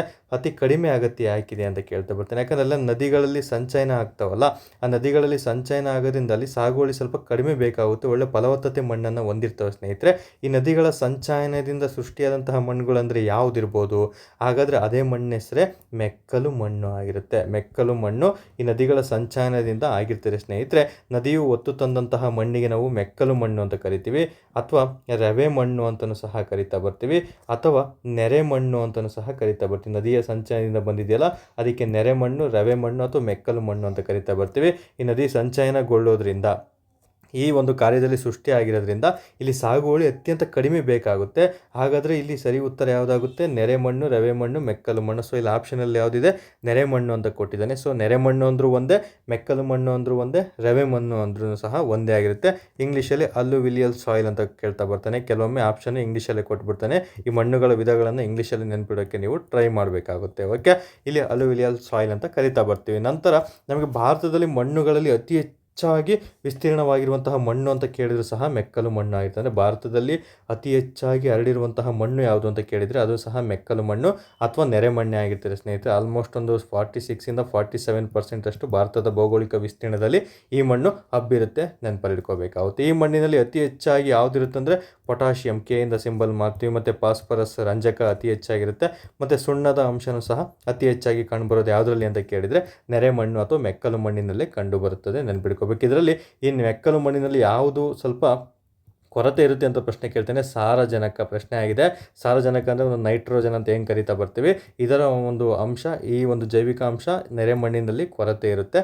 ಅದನ್ನು ಸಹ ನೆನಪಲ್ಲಿಟ್ಕೊಂಡಿರಬೇಕು, ತುಂಬಾ ಇಂಪಾರ್ಟೆಂಟ್ ಆಗಿರುವಂಥ ಸ್ನೇಹಿತರೆ. ಓಕೆ, ಇನ್ನು ಈ ಒಂದು ಮೆಕ್ಕಲು ಮಣ್ಣಿನಲ್ಲಿ ಉತ್ತರ ಭಾರತದಲ್ಲಿ ಅತಿ ಹೆಚ್ಚಾಗಿ ಕಂಡುಬರೋದ್ರಿಂದ ಅತಿ ಹೆಚ್ಚಾಗಿ ಯಾವ ರಾಜ್ಯದಲ್ಲಿ ಕಂಡುಬರುತ್ತೆ ಅಂತ ಪ್ರಶ್ನೆ ಕೇಳ್ತೇನೆ. ಉತ್ತರ ಪ್ರದೇಶ ರಾಜ್ಯದಲ್ಲಿ ಅತಿ ಹೆಚ್ಚಾಗಿ ಈ ಮಣ್ಣು ಕಂಡುಬರುತ್ತದೆ. ಅತಿ ಕಡಿಮೆ ಮೆಕ್ಕಲು ಮಣ್ಣು ಹೊಂದಿರೋದು ಮಧ್ಯಪ್ರದೇಶ ಆಗಿರುತ್ತೆ. ಸೊ ತುಂಬ ಕಡೆ ಕಡಿಮೆನೇ ಇರುತ್ತೆ, ಬಟ್ ಇದು ಮೇನ್ ಇಂಪಾರ್ಟೆಂಟು. ಅತಿ ಹೆಚ್ಚಾಗಿರೋದು ಎಲ್ಲಿ ಅಂತ ಉತ್ತರ ಪ್ರದೇಶ ಮತ್ತು ಸುತ್ತಮುತ್ತ ಇರುವಂತಹ ಒಂದು ಮೇನ್ ನದಿಗಳು, ಗಂಗಾ ನದಿ ಎಲ್ಲೆಲ್ಲಿ ಹೋಗುತ್ತೆ ಅಲ್ಲೆಲ್ಲ ಅತಿ ಹೆಚ್ಚಾಗಿ ಮೆಕ್ಕಲು ಮಣ್ಣು ಕಂಡುಬರ್ತದೆ ಸ್ನೇಹಿತರೆ. ನದಿಗಳ ಸಂಚಯನದಿಂದ ಆಗುತ್ತೆ. ಮೆಕ್ಕಲು ಮಣ್ಣಿನ 4 ವಿಧಗಳನ್ನಾಗಿ ವಿಂಗಡಣೆ ಮಾಡಿರ್ತೀವಿ. ಒಂದು ಕಾದರ್, ಬಂಗರ್, ಕಂಕರ್ ಮತ್ತು ತೆರಾಯಿ ಅಂತ. ಅವುಗಳ ಡೆಫಿನೇಷನ್ ತುಂಬಾ ಇಂಪಾರ್ಟೆಂಟು. ಅದು ನಿಮಗೆ ಟಾಸ್ಕ್ ಕೊಡ್ತಾ ಇದ್ದೀನಿ, ನೀವೇ ಓದ್ಕೊಂಡಿರ್ಬೇಕು. ಯಾಕಂದರೆ ಪ್ರತಿಯೊಂದನ್ನು ಹೇಳ್ತಾ ಹೋದರೆ ಇಲ್ಲಿ ತುಂಬ ಟೈಮ್ ಹಿಡಿಯುತ್ತೆ, ಬಟ್ ಅಷ್ಟು ಸಮಯ ಇಲ್ಲ. ಆದಷ್ಟು ಬೇಗ ನಿಮಗೆ ವಿತಿನ್ 3ಇಂದ 4 ಅಥವಾ 5 ಮಂತ್ಸಲ್ಲಿ ಖಂಡಿತ ಎಕ್ಸಾಮ್ ಆಗೇ ಆಗೋಗುತ್ತೆ. ಹಾಗಾಗಿ ನಾನು ಹೇಳೋ ಒಂದು ಟಾಸ್ಕ್ಗಳನ್ನು ಸಹ ನೀವು ಅವತ್ತಿಂದ ಅವತ್ತೇ ಬಿಡಿಸ್ಕೋಬೇಕಾಗುತ್ತೆ. ಅಷ್ಟು ಓದಿದರೆ ನೀವು ಆಲ್ರೆಡಿ ರೇಸಲ್ಲಿದ್ದೀರಾ ಅಂತ ಅರ್ಥ. ಕಾದರ್, ಬಂಗರ್, ಕಂಕರ್, ತೆರಾಯಿ ಪ್ಲಸ್ ಇಲ್ಲಿ ಏನು ಮೆಕ್ಕಲು ಮಣ್ಣಿನ ಬಗ್ಗೆ ಎಕ್ಸ್ಪ್ಲೇನ್ ಮಾಡಿದ್ನೋ ಅಷ್ಟು ಸಹ ನೀವು ಓದಿದ್ದೀರಾ. ಅದಕ್ಕಿಂತ ಜಾಸ್ತಿ ಓದಿದ್ರೆ ಅಂದರೆ 100% ನೀವು ರೇಸಲ್ಲಿದ್ದೀರಾ ಅಂತ ಅರ್ಥ. ನೀವು ಓದಿಲ್ಲ ಅಂದರೆ ಹೊಸಬ್ರು ಈಗ ತಾನೇ ಓದೋದಕ್ಕೆ ಶುರು ಮಾಡಿ ನಾನೇನೆಲ್ಲ ಹೇಳಿದ್ದೀನಿ ಅಷ್ಟು ಓದ್ಕೊಂಡು ಎಕ್ಸಾಮ್ಗೆ ಹೋದರೆ 100% ನಿಮಗೆ ಎಲ್ಲ ಅಂಕಗಳು ಸಿಕ್ಕೇ ಸಿಗುತ್ತೆ ಸ್ನೇಹಿತರೆ. ಇನ್ನು ಮಣ್ಣು ಅಂತ ಬಂದ ತಕ್ಷಣ ಮಣ್ಣಿನಲ್ಲಿರುವಂತಹ ಆಮ್ಲ ಯಾವುದು ಅಂತ ಪ್ರಶ್ನೆ ಕೇಳ್ತಾನೆ. ಕೆಲವೊಬ್ಬರು ಓದಿರೋದಿಲ್ಲ. ಮಣ್ಣಿನಲ್ಲಿರುವಂತಹ ಆಮ್ಲ ಪ್ರಶ್ನೆ ಆಗಿದೆ. ಓಕೆ, ಪ್ರಶ್ನೆ ತುಂಬ ಬಾರಿ ಕೇಳಿದ್ದಾನೆ. ಮಣ್ಣಿನಲ್ಲಿರುವಂತಹ ಆಮ್ಲ ಯಾವುದು ಅಂತ ಪ್ರಶ್ನೆ ಕೇಳ್ತಾನೆ. ಯೂಮಿಕ್ ಆಮ್ಲ, ನೆನ್ಪಿಟ್ಕೋಬೇಕು. ಮಣ್ಣಿನಲ್ಲಿರುವಂತಹ ಆಮ್ಲ ಯೂಮಿಕ್ ಆಮ್ಲ ಆಗಿರುತ್ತೆ. ಮಣ್ಣಿನಲ್ಲಿ ಯಾವ ಜೈವಿಕ ಅಂಶ ಯಾವುದಿರುತ್ತೆ ಅಂತ ಪ್ರಶ್ನೆ ಕೇಳ್ತಾನೆ. ಕೆಲವೊಮ್ಮೆ ಆಪ್ಷನ್ನು ಯೂಮಸ್ ಅಂತಲೂ ಸಹ ಕೊಡ್ತಾನೆ. ಯೂಮಿಕ್ ಆಮ್ಲ ಅಥವಾ ಯೂಮಸ್ ಆಮ್ಲ ಅನ್ನೋದು ಸಹ ನೀವು ನೆನಪಲ್ಲಿಟ್ಕೊಂಡಿರ್ಬೇಕಾಗುತ್ತೆ. ಇಲ್ಲಿ ಸರಿ ಉತ್ತರ ಯಾವುದು? ಡಿ ಅನ್ನೋದು ಇದಕ್ಕೆ ಸರಿ ಉತ್ತರ ಆಗಿರುತ್ತೆ. ನಮ್ಮ ಮುಂದಿನ ಪ್ರಶ್ನೆ ನೋಡ್ತಾ ಬರೋಣ. ಎಸ್, ಮುಂದಿನ ಪ್ರಶ್ನೆ ಬಂದು ನಾವು ಜಿಯೋಗ್ರಫಿಗೆ ಸಂಬಂಧಪಟ್ಟಂತೆ ಓದ್ತಾ ಬರಬೇಕಾಗುತ್ತೆ. ಒಂದು ದಕ್ಷಿಣ ಭಾರತದಲ್ಲಿ ಯಾವ ಸಮಯದಲ್ಲಿ ಉಷ್ಣಾಂಶ ಅತ್ಯಧಿಕವಾಗಿರುತ್ತದೆ? ನೋಡಿ, ನಿಮಗೆ ಮಣ್ಣು ಅಂತ ಹೇಳಿದೆ, ಆ ಮಣ್ಣಿನಲ್ಲಿ 8 ವಿಧ ಅಂತ ಹೇಳಿದೆ. ಕಪ್ಪು ಮಣ್ಣು ಮತ್ತು ಕೆಂಪು ಮಣ್ಣು ಆಗಿರ್ಬೋದು, ಅವೆಲ್ಲನೂ ಸಹ ನೀವು ಓದಿರಲೇಬೇಕಾಗುತ್ತೆ. ಮುಂದೆ ಪ್ರಶ್ನೆಗಳು ಬರ್ತವೆ, ಅಲ್ಲೂ ಸಹ ನಿಮಗೆ ಎಲ್ಲ ಮಣ್ಣಿನ ವಿಧಗಳ ಬಗ್ಗೆ ಒಂದೊಂದಾಗಿ ಡೀಟೇಲಾಗಿ ತಿಳಿಸ್ಕೊಡ್ತಾ ಬರ್ತೀನಿ. ಸದ್ಯಕ್ಕೆ ಇವತ್ತು ಮೆಕ್ಕಲು ಮಣ್ಣಿನ ಬಗ್ಗೆ ತಿಳ್ಕೊಂಡಿರಬೇಕು ನೀವು. ನಂತರ ಬರೋದು ದಕ್ಷಿಣ ಭಾರತದಲ್ಲಿ ಯಾವ ಸಮಯದಲ್ಲಿ ಉಷ್ಣಾಂಶ ಅಂದರೆ ಟೆಂಪರೇಚರು ಅತ್ಯಧಿಕವಾಗಿರುತ್ತದೆ ಅಂತ ಪ್ರಶ್ನೆ ಕೇಳಿದೆ. ಇಲ್ಲಿ ಸ್ಪೆಸಿಫಿಕ್ ಆಗಿ ಮೆನ್ಷನ್ ಮಾಡಿದ್ದಾನೆ ದಕ್ಷಿಣ ಭಾರತ ಅಂತ. ಸೊ ನೆನ್ಪಿಟ್ಕೋಬೇಕು, ಯಾವ ತಿಂಗಳಲ್ಲಿ ನಾವು ಅತಿ ಹೆಚ್ಚಾಗಿ ಬಿಸಿಯಾಗಿರ್ತೀವಿ ಅಂತ ಎಲ್ರಿಗೂ ಸಹ ಗೊತ್ತಿರ್ತಿದೆ. ಚಿಕ್ಕ ಮಕ್ಕಳು ಸಹ ಕೇಳಿದರೆ ಉತ್ತರಿಸ್ತಾರೆ ಸ್ನೇಹಿತರೆ. ಏಪ್ರಿಲ್ ತಿಂಗಳಲ್ಲಿ, ಬೇಸಿಗೆ ಕಾಲದಲ್ಲಿ ಅತಿ ಹೆಚ್ಚಾಗಿ ನಮಗೆ ದಕ್ಷಿಣ ಭಾರತದಲ್ಲಿ ಉಷ್ಣಾಂಶ ಇರುತ್ತೆ ಅನ್ನೋದನ್ನ ನೆನಪಲ್ಲಿಟ್ಕೊಂಡಿರಬೇಕಾಗುತ್ತೆ. ಇಲ್ಲಿ ನಮಗೆ ತಮಿಳುನಾಡಿನ ಚೆನ್ನೈನಲ್ಲಿ ಬೇಸಿಗೆಯಲ್ಲಿ ಗರಿಷ್ಠ ಉಷ್ಣಾಂಶ ಇರುತ್ತೆ. ತಮಿಳುನಾಡಿನಲ್ಲಿ ನಮಗೇನು ಚೆನ್ನೈ ಇದೆಯಲ್ಲ, ಚೆನ್ನೈನಲ್ಲಿ ಅತಿ ಹೆಚ್ಚಾಗಿ ಗರಿಷ್ಠ ಉಷ್ಣಾಂಶವನ್ನು ಒಳಗೊಂಡಿರ್ತದೆ ಸ್ನೇಹಿತರೆ. ಇನ್ನು ಭಾರತದಲ್ಲಿ ಇದುವರೆಗೂ ಈಗ ಆಲ್ರೆಡಿ ಯಾವ ಒಂದು ರಾಜ್ಯದಲ್ಲಿ ಗರಿಷ್ಠ ಉಷ್ಣಾಂಶ ಇದುವರೆಗೂ ದಾಖಲೆಯಾಗಿದೆ ಅತಿ ಹೆಚ್ಚಾಗಿ ಅಂದರೆ 52 ಡಿಗ್ರಿ ಸೆಲ್ಸಿಯಸ್ ಉಷ್ಣಾಂಶ ಅಷ್ಟು ದಾಖಲೆಯಾಗಿದೆ, ಆ ಪ್ರದೇಶ ಯಾವುದು ಅಂತ ಪ್ರಶ್ನೆ ಕೇಳ್ತಾನೆ. ಗಂಗಾನಗರ, ಎಲ್ರಿಗೂ ಗೊತ್ತಿರುವಂಥದ್ದೇ. ಓಕೆ, ಭಾರತದ ಯಾವ ನಗರದಲ್ಲಿ ಅತಿ ಹೆಚ್ಚಾಗಿ ಉಷ್ಣಾಂಶ ದಾಖಲೆಯಾಗಿತ್ತು ಅಂತ ಪ್ರಶ್ನೆ ಕೇಳ್ತಾನೆ. ಗಂಗಾನಗರ. ಈ ಗಂಗಾನಗರ ಬರೋದು ಎಲ್ಲಿ ಅಂತ ಪ್ರಶ್ನೆ ಕೇಳಿದರೆ ರಾಜಸ್ಥಾನದ ಗಂಗಾನಗರ, ನೆನ್ಪಿಟ್ಕೋಬೇಕು. ಇನ್ನು ಪ್ರಪಂಚದಲ್ಲೇ, ಓಕೆ ಇದು ಭಾರತದ್ದಾಯಿತು, ಪ್ರಪಂಚದಲ್ಲೇ ಗರಿಷ್ಠ ಉಷ್ಣಾಂಶ ಎಲ್ಲಿ ದಾಖಲೆಯಾಗಿತ್ತು ಅಂತ ಪ್ರಶ್ನೆ ಕೇಳ್ತಾನೆ. ಅಲ್ ಅಜಿಜಿಯಾ. ಓಕೆ, ಅಲ್ ಅಜಿಜಿಯಾ ಎಂಬ ಸ್ಥಳದಲ್ಲಿ, ಒಂದು ನಗರದಲ್ಲಿ ಅತಿ ಹೆಚ್ಚಾಗಿ ಉಷ್ಣಾಂಶ ದಾಖಲೆಯಾಗಿತ್ತು ಸ್ನೇಹಿತರೆ. ಆಲ್ಮೋಸ್ಟ್ 58 ಡಿಗ್ರಿ ಸೆಲ್ಸಿಯಸ್ ಅಷ್ಟು ಇಲ್ಲಿ ಉಷ್ಣಾಂಶ ದಾಖಲೆಯಾಗಿರುತ್ತೆ. ಅಲ್ ಅಜಿಜಿಯಾ ಪ್ಲೇಸು ಯಾವ ದೇಶದಲ್ಲಿದೆ ಅಂತಲೂ ಸಹ ಪ್ರಶ್ನೆ ಕೇಳ್ತಾನೆ. ಲಿಬಿಯಾ ದೇಶದಲ್ಲಿರುವಂತಹ ಒಂದು ನಗರ ಆಗಿದೆ. ಹೇಗೆ ಭಾರತದಲ್ಲಿ ಗಂಗಾನಗರ ಒಂದು ನಗರ ಆಗಿರುತ್ತೆ, ಅದೇ ಥರ ಲಿಬಿಯಾ ದೇಶದಲ್ಲಿ ಅಲ್ ಅಜಿಜಿಯಾ ಅನ್ನೋದು ಒಂದು ನಗರ ಆಗಿರುತ್ತೆ, ನೆನ್ಪಿಟ್ಕೋಬೇಕು. ಅಲ್ಲಿ ಅತಿ ಹೆಚ್ಚಾಗಿ ಗರಿಷ್ಠ ಉಷ್ಣಾಂಶ ದಾಖಲೆಯಾಗಿದೆ. ಸೊ ಇಲ್ಲಿ ಭಾರತದ್ದು ಓದ್ತಾ ಬಂದ್ರಿ. ನಂತರ ನಮಗೆ ಇಲ್ಲಿ ಪ್ರಪಂಚದ್ದು ಸಹ ತಿಳ್ಕೊಳ್ತಾ ಬಂದ್ರಿ. ಹಾಗಾದರೆ ಕರ್ನಾಟಕದಲ್ಲೂ ಒಂದು ಸ್ಥಳ ಯಾವುದಾದ್ರೂ ಅದು ಗರಿಷ್ಠ ಉಷ್ಣಾಂಶವನ್ನು ಹೊಂದಿರಬೇಕಲ್ಲ, ಯಾವುದು ರೆಕಾರ್ಡ್ ಆಗಿದೆ ಕರ್ನಾಟಕದಲ್ಲಿ ಅಂತ ಪ್ರಶ್ನೆ ಕೇಳ್ತಾನೆ. ಕರ್ನಾಟಕದಲ್ಲಿ ಒಟ್ಟು 48.6 ಡಿಗ್ರಿ ಸೆಲ್ಸಿಯಸ್ ಅಷ್ಟು ಉಷ್ಣಾಂಶ ಒಂದು ಕಡೆ ರೆಕಾರ್ಡ್ ಆಗಿತ್ತು. ಆ ಒಂದು ಸ್ಥಳ ಯಾವುದು ಅಂತ ಕೇಳಿದರೆ ನಮ್ಮ ರಾಯಚೂರು ಆಗಿರ್ತದೆ ಸ್ನೇಹಿತರೆ. ಸೊ ರಾಯಚೂರು ಜಿಲ್ಲೆ ಅತಿ ಹೆಚ್ಚು ಉಷ್ಣಾಂಶವನ್ನು ಇದುವರೆಗೂ ದಾಖಲೆ ಮಾಡಿರುವಂತಹ ಉಷ್ಣಾಂಶ ಕರ್ನಾಟಕದ ಜಿಲ್ಲೆ ಅಥವಾ ಸ್ಥಳ ಯಾವುದು ಅಂತ ಕೇಳಿದರೆ ಅದು ರಾಯಚೂರು ಆಗಿರುತ್ತೆ, ನೆನ್ಪಿಟ್ಕೋಬೇಕಾಗುತ್ತೆ. ಇನ್ನು ಈ ಒಂದು ಪ್ರಶ್ನೆ ನಿಮಗೆ ಗರಿಷ್ಠ ಉಷ್ಣಾಂಶದ ಬಗ್ಗೆ ಆಯಿತು. ನೆಕ್ಸ್ಟು ಗರಿಷ್ಠ ಉಷ್ಣಾಂಶ ಆಯಿತು, ಗರಿಷ್ಠ ಶೀತ ಪ್ರದೇಶ ಆಗಿರ್ಬೋದು, ಗರಿಷ್ಠ ಮಳೆ ಪ್ರದೇಶ ಆಗಿರ್ಬೋದು, ಎಲ್ಲೆಲ್ಲಿದೆ ಅಂತಲೂ ಸಹ ಮುಂದಿನ ದಿನಗಳಲ್ಲಿ ಬೇರೆ ಪ್ರಶ್ನೆಗಳು ಬಂದಾಗ ತೊಗೊಳ್ತಾ ಬರ್ತೀನಿ. ಇನ್ನು ಜಸ್ಟ್ ಉಷ್ಣಾಂಶದ ಬಗ್ಗೆ ಕೇಳಿರೋದ್ರಿಂದ ಉಷ್ಣಾಂಶದ ಬಗ್ಗೆ ಅಷ್ಟೇ ನಿಮಗೆ ತಿಳಿಸ್ಕೊಡ್ತಾ ಬಂದಿದ್ದೀನಿ ಸ್ನೇಹಿತರೆ. ಟೆಂಪರೇಚರ್ ಅಂತ ನಾವು ಕರಿತಾ ಬರ್ತೀವಿ. ಓಕೆ, ಟೆಂಪರೇಚರ್ ಅಂತ ಬಂದಾಗ ನಮಗೆ ಒಂದೇ ಸ್ಥಳದಲ್ಲಿ ಏನೋ ಒಂದು ಟೆಂಪರೇಚರ್ ಯಾವ್ಯಾವ ಸ್ಥಳದಲ್ಲಿ ಒಂದೇ ಥರ ಇದೆ ಅಂತ ಗುರ್ಸೋದಕ್ಕೆ ನಾವು ಐಸೋಥರ್ಮ್ ರೇಖೆಗಳನ್ನು ಬಳಸ್ತಾ ಬರ್ತೀವಿ. ಅದನ್ನು ಸಹ ಎಲ್ರಿಗೂ ಸಹ ಗೊತ್ತಿರುವಂಥದ್ದೇ. ಇನ್ನು ಉಷ್ಣಾಂಶವನ್ನು ಅಳೆಯಲು ಐಸೋಥರ್ಮ್ಗಳನ್ನು ಬಳಸ್ತಾ ಬರ್ತೀವಿ. ಉಷ್ಣಾಂಶವನ್ನು ಅಳೆಯಲು ಐಸೋಥರ್ಮ್ಗಳನ್ನು ಬಳಸ್ತಾ ಬರ್ತೀವಿ. ಐಸೋಬಾರ್, ಐಸೋಥರ್ಮ್, ಐಸೋನ್ಯಾಪ್ಸ್. ಓಕೆ, ಈ ರೀತಿ ಎಲ್ಲ ಬರ್ತವೆ, ಎಲ್ಲರೂ ಸಹ ಓದಿರ್ತೀರಾ. ಸೊ ಇದ್ರ ಬಗ್ಗೆ ನಾನು ಹೇಳೋದಕ್ಕೆ ಹೋಗಲ್ಲ. ಟೆಂಪರೇಚರ್ ಅಂತ ಬಂದಾಗ ಎಲ್ಲ ಕಂಪಲ್ಸರಿ ಮಾಹಿತಿನ ನೀವು ತಿಳ್ಕೊಂಡಿರಲೇಬೇಕಾಗುತ್ತೆ. ಓಕೆ, ಐಸೋಬಾರ್, ಐಸೋಥರ್ಮ್ ಅಂದರೆ ಏನು?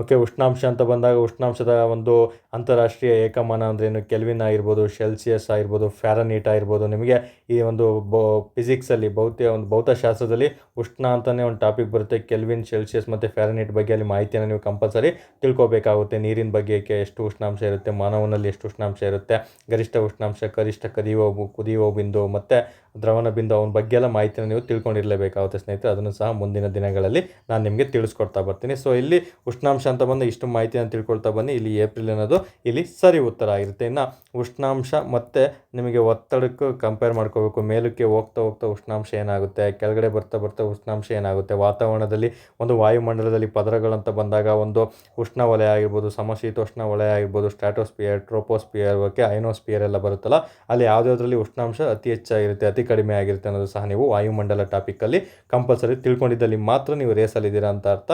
ಅಷ್ಟು ಅಂಶಗಳನ್ನು ಓದಿದ್ದೇ ಆದಲ್ಲಿ ಅಷ್ಟರಲ್ಲಿ ನಿಮಗೆ ಪ್ರಶ್ನೆಗಳನ್ನು ಕೇಳ್ತಾ ಬರ್ತಾನೆ ಸ್ನೇಹಿತರೆ. ಓಕೆ, ನಾವು ಮುಂದಿನ ಪ್ರಶ್ನೆ ನೋಡ್ತಾ ಬರೋಣ. ಓಕೆ, ಮುಂದಿನ ಪ್ರಶ್ನೆ ಈ ರೀತಿ ಇದೆ. ಸಂವಿಧಾನಕ್ಕೆ ಸಂಬಂಧಪಟ್ಟಿದ್ದು ಮೊದಲ 4 ಪ್ರಶ್ನೆಗಳಾಯಿತು. ಈಗ ಸಂವಿಧಾನದ ಪ್ರಶ್ನೆಗಳನ್ನು ನೋಡ್ತಾ ಬರೋಣ. ಭಾರತದ ಸಂವಿಧಾನವು ದೇಶವನ್ನು ಜಾತ್ಯತೀತ ಎಂದು ಘೋಷಿಸಿದರೆ ಅಂದರೆ ಇಲ್ಲಿ ಸಿಂಪಲ್, ಜಾತ್ಯತೀತ ಅಂದರೆ ಏನು? ಭಾರತ ಸಂವಿಧಾನದಲ್ಲಿ ನಾವು ಜಾತ್ಯತೀತ ಎಂಬ ಪದವನ್ನು ಅಳವಡಿಸ್ಕೊಂಡಿದ್ದೀವಿ. ಹಾಗಂದ್ರೆ ಏನು ಅಂತ ಇಲ್ಲಿ ಪ್ರಶ್ನೆಯನ್ನು ಕೇಳಲಾಗಿದೆ. ಓಕೆ, ಇಂಥ ಪ್ರಶ್ನೆಗಳಿಗೆ ನೀವು ತುಂಬ ಕೇರ್ಫುಲ್ಲಾಗಿ ಓದ್ಕೋಬೇಕು. 3 ಆಪ್ಷನ್ ಈಗ ಆವಾಗಿನ ಕಾಲದಲ್ಲಿ, ಯಾಕಂದರೆ 1998ರಲ್ಲಿ ಪ್ರಶ್ನೆ ಕೇಳೋದ್ರಿಂದ ತುಂಬ ಸಿಂಪಲ್ ಆಪ್ಷನ್ ಕೊಟ್ಟಿದ್ದಾರೆ. ಬಟ್ ಇತ್ತೀಚಿನ ಎಕ್ಸಾಮ್ನವರು ಈ ಜಾತ್ಯತೀತ ಎಂಬ ಪದ ಮೇಲೆ 4 ಆಯ್ಕೆಗಳನ್ನು ವಿಭಿನ್ನ ರೀತಿಯಲ್ಲಿ ಕೊಡ್ತಾರೆ. ಕನ್ಫ್ಯೂಷನ್ ಮಾಡೋ ಥರನೇ ಕೊಡ್ತಾರೆ. ಯಾವುದೇ ಕಾರಣಕ್ಕೂ ಕನ್ಫ್ಯೂಷನ್ ಮಾಡ್ಕೋಬಾರ್ದು ಸ್ನೇಹಿತರೆ. ಏನು ಈ ಜಾತ್ಯತೀತ ಅಂತ ಬಂದಾಗ ನಮಗೆ ಎಕ್ಸಾಮ್ ದೃಷ್ಟಿಯಿಂದ ತುಂಬಾ ಇಂಪಾರ್ಟೆಂಟ್ ಆಗಿರುವಂಥದ್ದು. ಇದಕ್ಕೆ ಸರಿ ಉತ್ತರ ನೋಡ್ತಾ ಬರೋಣ. ಇದಕ್ಕೆ ಸರಿ ಉತ್ತರ ಸಿ ಆಗಿರುತ್ತೆ. ಅದಕ್ಕೆ ಏನಕ್ಕೆ ಸಿ ಆಗಿರುತ್ತೆ ಅಂತಲೂ ಸಹ ತಿಳಿಸ್ಕೊಡ್ತಾ ಬರ್ತೀನಿ. ಯಾಕಂದರೆ ಜಾತ್ಯತೀತ ರಾಷ್ಟ್ರ ಕೇಳಿಸ್ತಾ ಇದೆ. ಓಕೆ, ಜಾತ್ಯತೀತ ಅಂದ್ರೇನು? ಯಾವುದೇ ಒಂದು ಧರ್ಮವನ್ನು ಪ್ರಧಾನ ಧರ್ಮ ಅಂದರೆ ಇದೇ ಮೇಜರ್ ಧರ್ಮ ಅಂತ ಭಾರತದಲ್ಲೇನು ಆಚರಣೆ ಮಾಡ್ತಾ ಇಲ್ಲ ಸ್ನೇಹಿತರೆ. ಹಿಂದೂ ಜನ ಇದ್ದಾರೆ, ಮುಸ್ಲಿಮ್ಸ್ ಇದ್ದಾರೆ, ಕ್ರಿಶ್ಚಿಯನ್ಸ್ ಇದ್ದಾರೆ, ಜೈನಸ್ ಇದ್ದಾರೆ. ಓಕೆ, ಎಲ್ಲ ಧರ್ಮದ ಜನರು ಭಾರತದಲ್ಲಿದ್ದಾರೆ.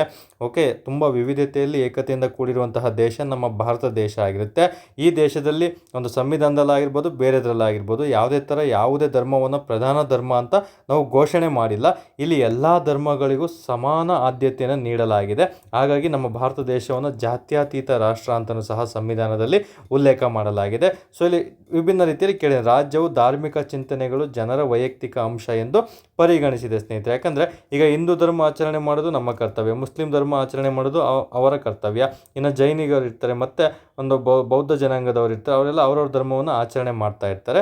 ಸೊ ನೋಡಿ, ಆ ಜನರ ವೈಯಕ್ತಿಕ ಅಂಶ ಅಂದರೆ ಆ ಧರ್ಮವನ್ನು, ಆ ಧಾರ್ಮಿಕ ಚಿಂತನೆಯನ್ನು ನೋಡ್ಕೊಳೋದು ಅಲ್ಲಿರುವಂಥ ಜನರು, ಆ ಧರ್ಮದ ಜನರ ಒಂದು ಅಂಶ ಆಗಿರುತ್ತೆ ಅಂತೇಳಿ ಪರಿಗಣಿಸಲಾಗಿದೆ ಅಂತ ಅರ್ಥವನ್ನು ಕೊಟ್ಟಿರ್ತಾರೆ ಅಷ್ಟೇ. ಸೊ ಈ ರೀತಿ ಇಂಡೈರೆಕ್ಟಾಗೂ ಸಹ ನಿಮಗೆ ಪ್ರಶ್ನೆಗಳನ್ನು ಕೇಳಲಾಗ್ತದೆ ಸ್ನೇಹಿತರೆ.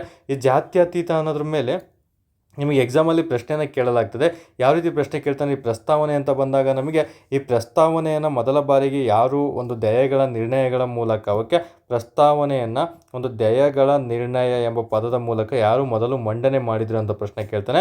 ಜವಾಹರ್ಲಾಲ್ ನೆಹರು ಅವರು 1946 ಮತ್ತು ಡಿಸೆಂಬರ್ 13ರಂದು ಇದನ್ನು ಮಂಡನೆ ಮಾಡಿರ್ತಾರೆ ಸ್ನೇಹಿತರೆ. ಪ್ರಸ್ತಾವನೆಯನ್ನು ಭಾರತದ ಸಂವಿಧಾನದಲ್ಲಿ ಪ್ರಸ್ತಾವನೆಗಳನ್ನು ದಯೆಗಳ ನಿರ್ಣಯ ಎಂಬ ಹೆಸರಿನಲ್ಲಿ ಮಂಡನೆ ಮಾಡಿದವರು ಯಾರು ಅಂತ ಪ್ರಶ್ನೆ ಕೇಳ್ತಾರೆ. ಜವಾಹರ್ಲಾಲ್ ನೆಹರು ಅವರಾಗಿರ್ತಾರೆ, ನೆನ್ಪಿಟ್ಕೋಬೇಕಾಗುತ್ತೆ. ಇದನ್ನು ನಮಗೆ ಅಂಗೀಕರಿಸಿದ್ದು ಸಹ ಪ್ರಶ್ನೆ ಕೇಳ್ತಾನೆ. ಜನವರಿ 22, 1947ರಲ್ಲೇ ಇದನ್ನು ಅಂಗೀಕರಿಸಲಾಗ್ತದೆ ಸ್ನೇಹಿತರೆ. ತದನಂತರ ಸಂವಿಧಾನ ಜಾರಿಗೆ ಬಂದಾಗ ಇದನ್ನು ನವೆಂಬರ್ 26, 1949ರಲ್ಲಿ ಇದನ್ನು ಸಂವಿಧಾನಕ್ಕೆ ಅಳವಡಿಸಿಕೊಳ್ಳಲಾಗ್ತದೆ ಅನ್ನೋದು ಸಹ ಮಾಹಿತಿಯನ್ನು ನೀವು ತಿಳ್ಕೊಂಡಿರಲೇಬೇಕಾಗುತ್ತೆ.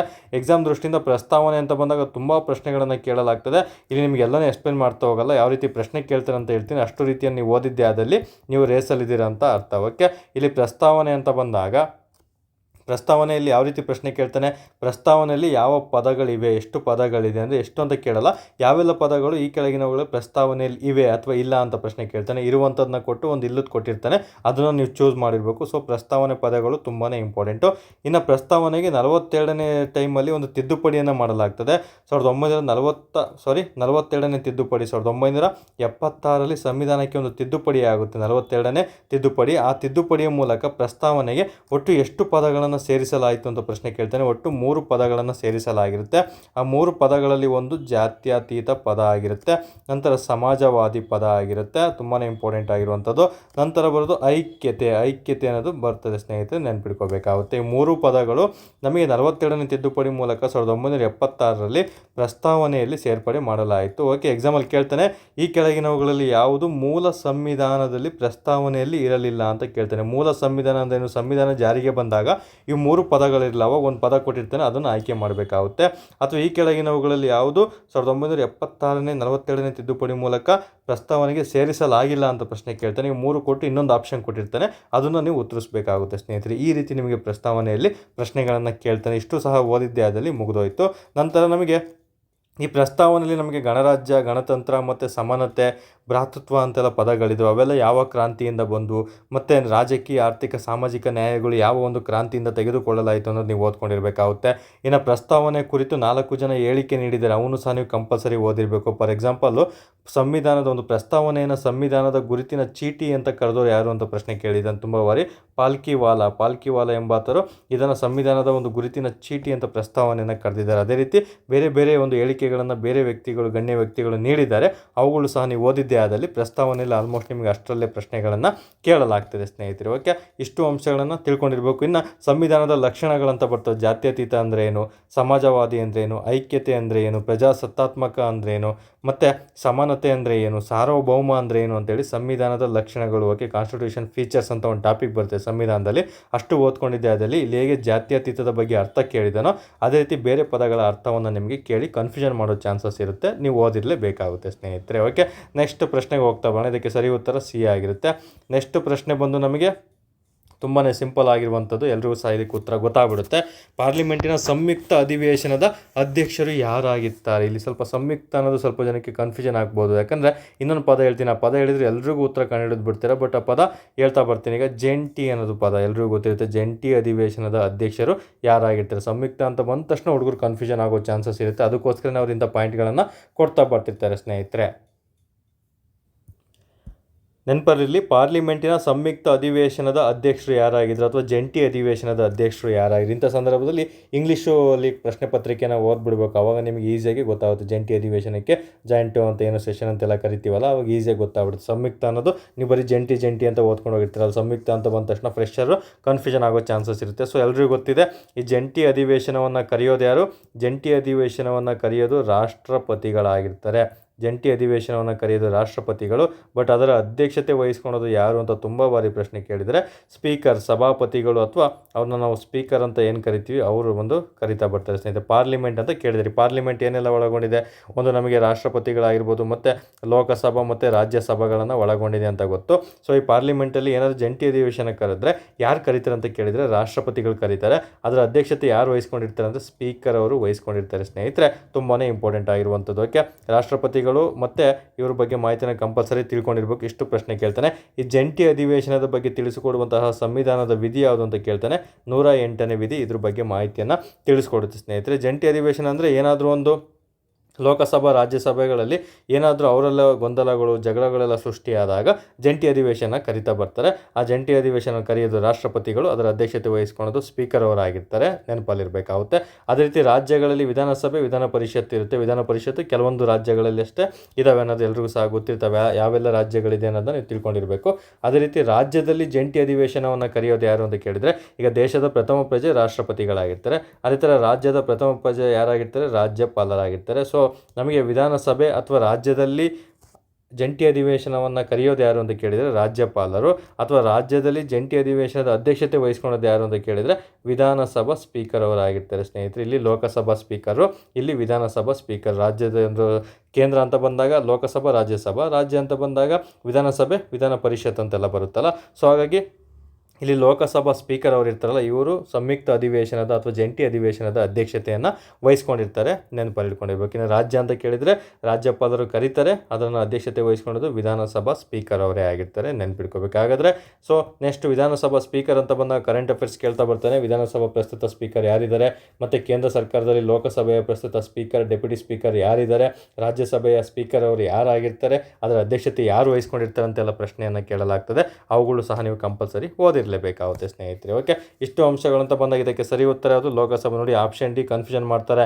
ಸಭಾಪತಿ, ಉಪಸಭಾಪತಿ ಅಂದರೆ ಸ್ಪೀಕರು, ಡೆಪ್ಯೂಟಿ ಸ್ಪೀಕರ್ ಸರದಿಯ ಮೇರೆಗೆ ಒಬ್ಬರಾದ್ಮೇಲೆ ಒಬ್ಬರು ಅಂತ ಕೊಟ್ಟಿರ್ತಾರೆ. ನಾನು ಮೇಯ್ನು ಲೋಕಸಭಾ ಸ್ಪೀಕರ್ ಅವರೇ ಇರ್ತಾರೆ. ಇಫ್ ಇನ್ ಕೇಸ್ ಅವರೇನು ಆಬ್ಸೆನ್ಸ್ ಇತ್ತಂದರೆ ಡೆಪ್ಯೂಟಿ ಸ್ಪೀಕರ್ ಅವರು ಅದನ್ನು ಅಧ್ಯಕ್ಷತೆಯನ್ನು ವಹಿಸ್ಕೊಳ್ತಾ ಬರ್ತಾರೆ. ಸ್ಟೇಟ್ಮೆಂಟನ್ನು ನೋಡಿ ನೀವು ಉತ್ತರಿಸಬೇಕಾಗುತ್ತೆ. ಇಂಥ ಪ್ರಶ್ನೆಗಳಿಗೆ ದೊಡ್ಡ ಆಪ್ಷನ್ ಕೊಟ್ಟಿದ್ರೆ 100%, ಒಂದು 50% ಸ್ಟೂಡೆಂಟ್ಸು ಕನ್ಫ್ಯೂಷನ್ ಆಗೋ ಚಾನ್ಸಸ್ ಇರುತ್ತೆ.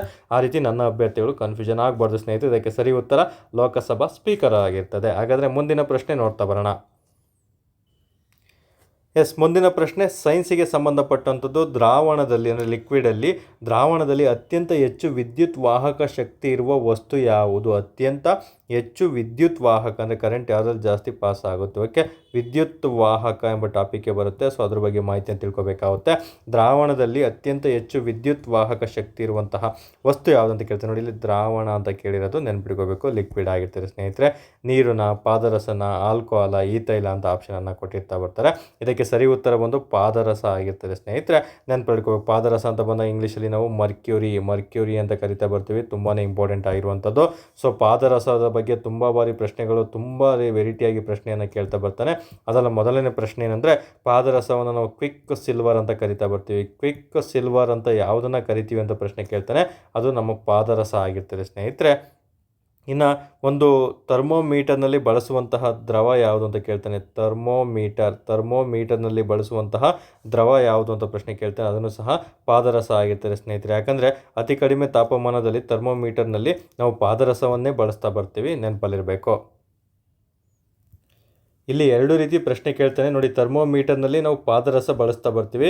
ಇನ್ನು ಅತಿ ಕಡಿಮೆ ತಾಪಮಾನ ಇರುತ್ತಲ್ಲ, ಅತಿ ಕಡಿಮೆ ತಾಪಮಾನ ಇರುವಂತಹ ಒಂದು ಥರ್ಮೋಮೀಟರ್ನಲ್ಲಿ ನಾವು ಆಲ್ಕೋಹಾಲನ್ನು ಬಳಸ್ತಾ ಬರ್ತೀವಿ. ಇದನ್ನು ಸಹ ಎಕ್ಸಾಮಲ್ಲಿ ಪ್ರಶ್ನೆ ಆಗಿದೆ ಸ್ನೇಹಿತರೆ. ಮುಂದೆ ಹೇಳ್ತೀನಿ ಆಲ್ಕೋಹಾಲನ್ನೇ ಯಾಕೆ ಬಳಸ್ತಾರೆ ಅಂತ ಹೇಳ್ಬಿಟ್ಟು. ಮುಂದಿನ ಪ್ರಶ್ನೆ ಪತ್ರಿಕೆಯಲ್ಲಿ ಪ್ರಶ್ನೆ ಬರುತ್ತೆ, ಅವಾಗ ಕಂಪ್ಲೀಟ್ ಮಾಹಿತಿಯನ್ನು ತಿಳಿಸ್ಕೊಡ್ತಾ ಬರ್ತೀನಿ. ಸೊ ನಿಮ್ಗೆ ಆಲ್ರೆಡಿ ಗೊತ್ತಿದ್ರೆ, ಇದಕ್ಕೆ ಉತ್ತರ ಗೊತ್ತಿದೆ ಅಂದರೆ 100% ನೀವು ರೇಸಲ್ಲಿದ್ದೀರಾ ಅಂತ ಅರ್ಥ. ಅತಿ ಕಡಿಮೆ ತಾಪಮಾನದಲ್ಲಿ ಆಲ್ಕೋಹಾಲ್ ಅಥವಾ ಗಣಿಗಳಲ್ಲಿ ಅಥವಾ ಶೀತ ಪ್ರದೇಶಗಳಲ್ಲಿ, ಪಾದರಸದಲ್ಲಿ ಅಥವಾ ಥರ್ಮೋಮೀಟರ್ನಲ್ಲಿ ಆಲ್ಕೋಹಾಲನ್ನು ಯಾಕೆ ಬಳಸ್ತಾರೆ ಅಂತ ನಿಮಗೆ ಕಾರಣ ಗೊತ್ತಿದ್ರೆ 100% ನೀವು ಪಕ್ಕ ಓದಿದ್ದೀರಾ ಅಂತ ಅರ್ಥ. ರೇಸಲ್ಲಿ ತಯಾರಿಸಲಿದ್ದೀರಾ ಅಂತ ನೆನಪು ಮಾಡ್ಕೋಬೇಕಾಗುತ್ತೆ. ಓಕೆ, ಅತಿ ಕಡಿಮೆ ತಾಪಮಾನದಲ್ಲಿ ಆಲ್ಕೋಹಾಲ್ನ ಬಳಸ್ತಾ ಬರ್ತೀವಿ. ಥರ್ಮೋಮೀಟರ್ನಲ್ಲಿ ಪಾದರಸವನ್ನು ಸಹ ಬಳಸ್ತಾ ಬರ್ತೀವಿ. ನಂತರ ಇದನ್ನು ಕ್ವಿಕ್ ಸಿಲ್ವರ್ ಅಂತಲೂ ಸಹ ನಾವು ಕರಿತಾ ಬರ್ತೀವಿ ಸ್ನೇಹಿತರೆ. ನಂತರ ಬರೋದು ನಮಗೆ ಈ ದ್ರವ ರೂಪದ ಲೋಹಗಳು ಅಂತ ಕೇಳ್ತಾನೆ. ದ್ರವ ರೂಪದ ಲೋಹಗಳು ಯಾವುದು ಅಂತ ಪ್ರಶ್ನೆ ಕೇಳ್ತಾನೆ. ಯಾಕಂದ್ರೆ ಲೋಹಗಳೆಲ್ಲ ಗಟ್ಟಿ ಇರ್ತವೆ, ಎಲ್ಲರೂ ಸಹ ಗೊತ್ತು. ಲೋಹ ಅಂದ್ರೇನು, ಮೆಟಲ್, ಕಬ್ಬಿಣ ಅವೆಲ್ಲ ಬರ್ತಾವಲ್ಲ, ಅವೆಲ್ಲ ಗಟ್ಟಿ ಇರ್ತವೆ. ಬಟ್ ಕೆಲವೊಂದು ಲೋಹಗಳು ಒಂದು ನೀರಿನ ರೂಪದಲ್ಲಿ, ದ್ರವ ರೂಪ ಅಂದ್ರೇನು, ದ್ರವ ಅಂದ್ರೇನು ಲಿಕ್ವಿಡ್, ನೀರು ಥರ ಇರುತ್ತಲ್ಲ, ಆಲ್ಕೋಹಾಲು, ಪಾದರಸ, ನೀರು ಇವೆಲ್ಲ ಕೊಟ್ಟಿದ್ದಲ್ಲ ಲಿಕ್ವಿಡ್ ರೂಪದಲ್ಲಿರೋದು. ಅಂಥ ದ್ರವ ರೂಪ ಲೋಹದಲ್ಲಿ ಇರುವಂತಹ ಲೋಹಗಳು ಯಾವುವು ಅಂತ ಪ್ರಶ್ನೆ ಕೇಳ್ತಾನೆ. ಒಂದು ಪಾದರಸ ಆಗಿರುತ್ತೆ, ಇನ್ನೊಂದು ಗ್ಯಾಲಿಯಂ ಆಗಿರ್ತದೆ ಸ್ನೇಹಿತರೆ. ತುಂಬ ಬಾರಿ ಎಕ್ಸಾಮಲ್ಲಿ ಪ್ರಶ್ನೆ ಕೇಳಿದ್ದಾನೆ. ದ್ರವ ರೂಪದ ಲೋಹಗಳು ಯಾವುವು ಅಂತ ಪಾದರಸ ಮತ್ತು ಗ್ಯಾಲಿಯಮ್, ಅಥವಾ ಪಾದರಸ ಮತ್ತು ಗ್ಯಾಲಿಯಂ ಈ ಕೆಳಗಿನ ಯಾವುದಕ್ಕೆ ಉದಾಹರಣೆ ಆಗಿದೆ ಅಂತ ಪ್ರಶ್ನೆ ಕೇಳ್ತಾನೆ. ದ್ರವ ರೂಪದ ಲೋಹಗಳಿಗೆ ಉದಾಹರಣೆ ಆಗಿರ್ತವೆ. ಈ ರೀತಿಯೂ ಸಹ ಇಂಡೈರೆಕ್ಟ್ ನಿಮಗೆ ಪ್ರಶ್ನೆಯನ್ನು ಕೇಳಲಾಗ್ತದೆ ಸ್ನೇಹಿತರೆ. ಇನ್ನು ಪಾದರಸ ಅಂತ ಬಂದಾಗ, ಇನ್ನು ಮನುಷ್ಯನ ಇದರಲ್ಲಿ ಪಾದರಸ ಏನಾದರೂ ಅತಿ ಹೆಚ್ಚಾಗಿ ದೇಹದಲ್ಲಿ ಹೋಯ್ತು ಅಂದರೆ ಅದು ಯಾವ ಒಂದು ಕಾಯಿಲೆ ಸೃಷ್ಟಿ ಮಾಡುತ್ತೆ, ಮರ್ಕ್ಯುರಿ ಅನ್ನೋದು ಯಾವ ಕಾಯಿಲೆ ಸೃಷ್ಟಿ ಮಾಡುತ್ತೆ ಅಂತ ಪ್ರಶ್ನೆ ಕೇಳ್ತಾನೆ. ಮಿನಿಮಾಟ ಎಂಬ ಕಾಯಿಲೆಯನ್ನು ಇದು ಸೃಷ್ಟಿ ಮಾಡ್ತದೆ ಸ್ನೇಹಿತರೆ. ಮಿನಿಮಾಟ ಎಂಬ ಕಾಯಿಲೆ ಈ ಕೆಳಗಿನ ಯಾವುದರಿಂದ ಬರುತ್ತೆ ನಮಗೆ ಅಂತ ಪ್ರಶ್ನೆ ಕೇಳ್ತಾನೆ. ಪಾದರಸದಿಂದ ಬರುತ್ತೆ. ಎಕ್ಸಾಮಲ್ಲಿ ಪ್ರಶ್ನೆ ಆಗಿದೆ, ನೆನಪಲ್ಲಿಟ್ಕೊಂಡಿರ್ಬೇಕಾಗುತ್ತೆ. ನಂತರ ಬರೋದು ನಮಗೆ ಈ ಪಾದರಸ ಅನ್ನೋದರಲ್ಲಿ ನಮಗೆ ಯಾವ ಒಂದು ಓರು ಅಥವಾ ಖನಿಜದಿಂದ ಆಗುತ್ತೆ ಅಂತ ಪ್ರಶ್ನೆ ಕೇಳ್ತಾನೆ. ಪಾದರಸ ಒಂದು ಸಿನ್ಬಾರ್ ಅಂತ ಬರುತ್ತೆ, ನೆನ್ಪಿಟ್ಕೊಳ್ಳಿ. ಸಿನ್ಬಾರ್ ಎಕ್ಸಾಂಪಲ್ ಪ್ರಶ್ನೆ ಆಗಿದೆ. ಸಿನ್ಬಾರ್ ಎಂಬುದು ಈ ಕೆಳಗಿನ ಯಾವುದರ ಒಂದು ಖನಿಜ ಆಗಿದೆ, ಓರ್ ಆಗಿದೆ ಅಂತ ಪ್ರಶ್ನೆ ಕೇಳ್ತಾ ಬರ್ತಾನೆ.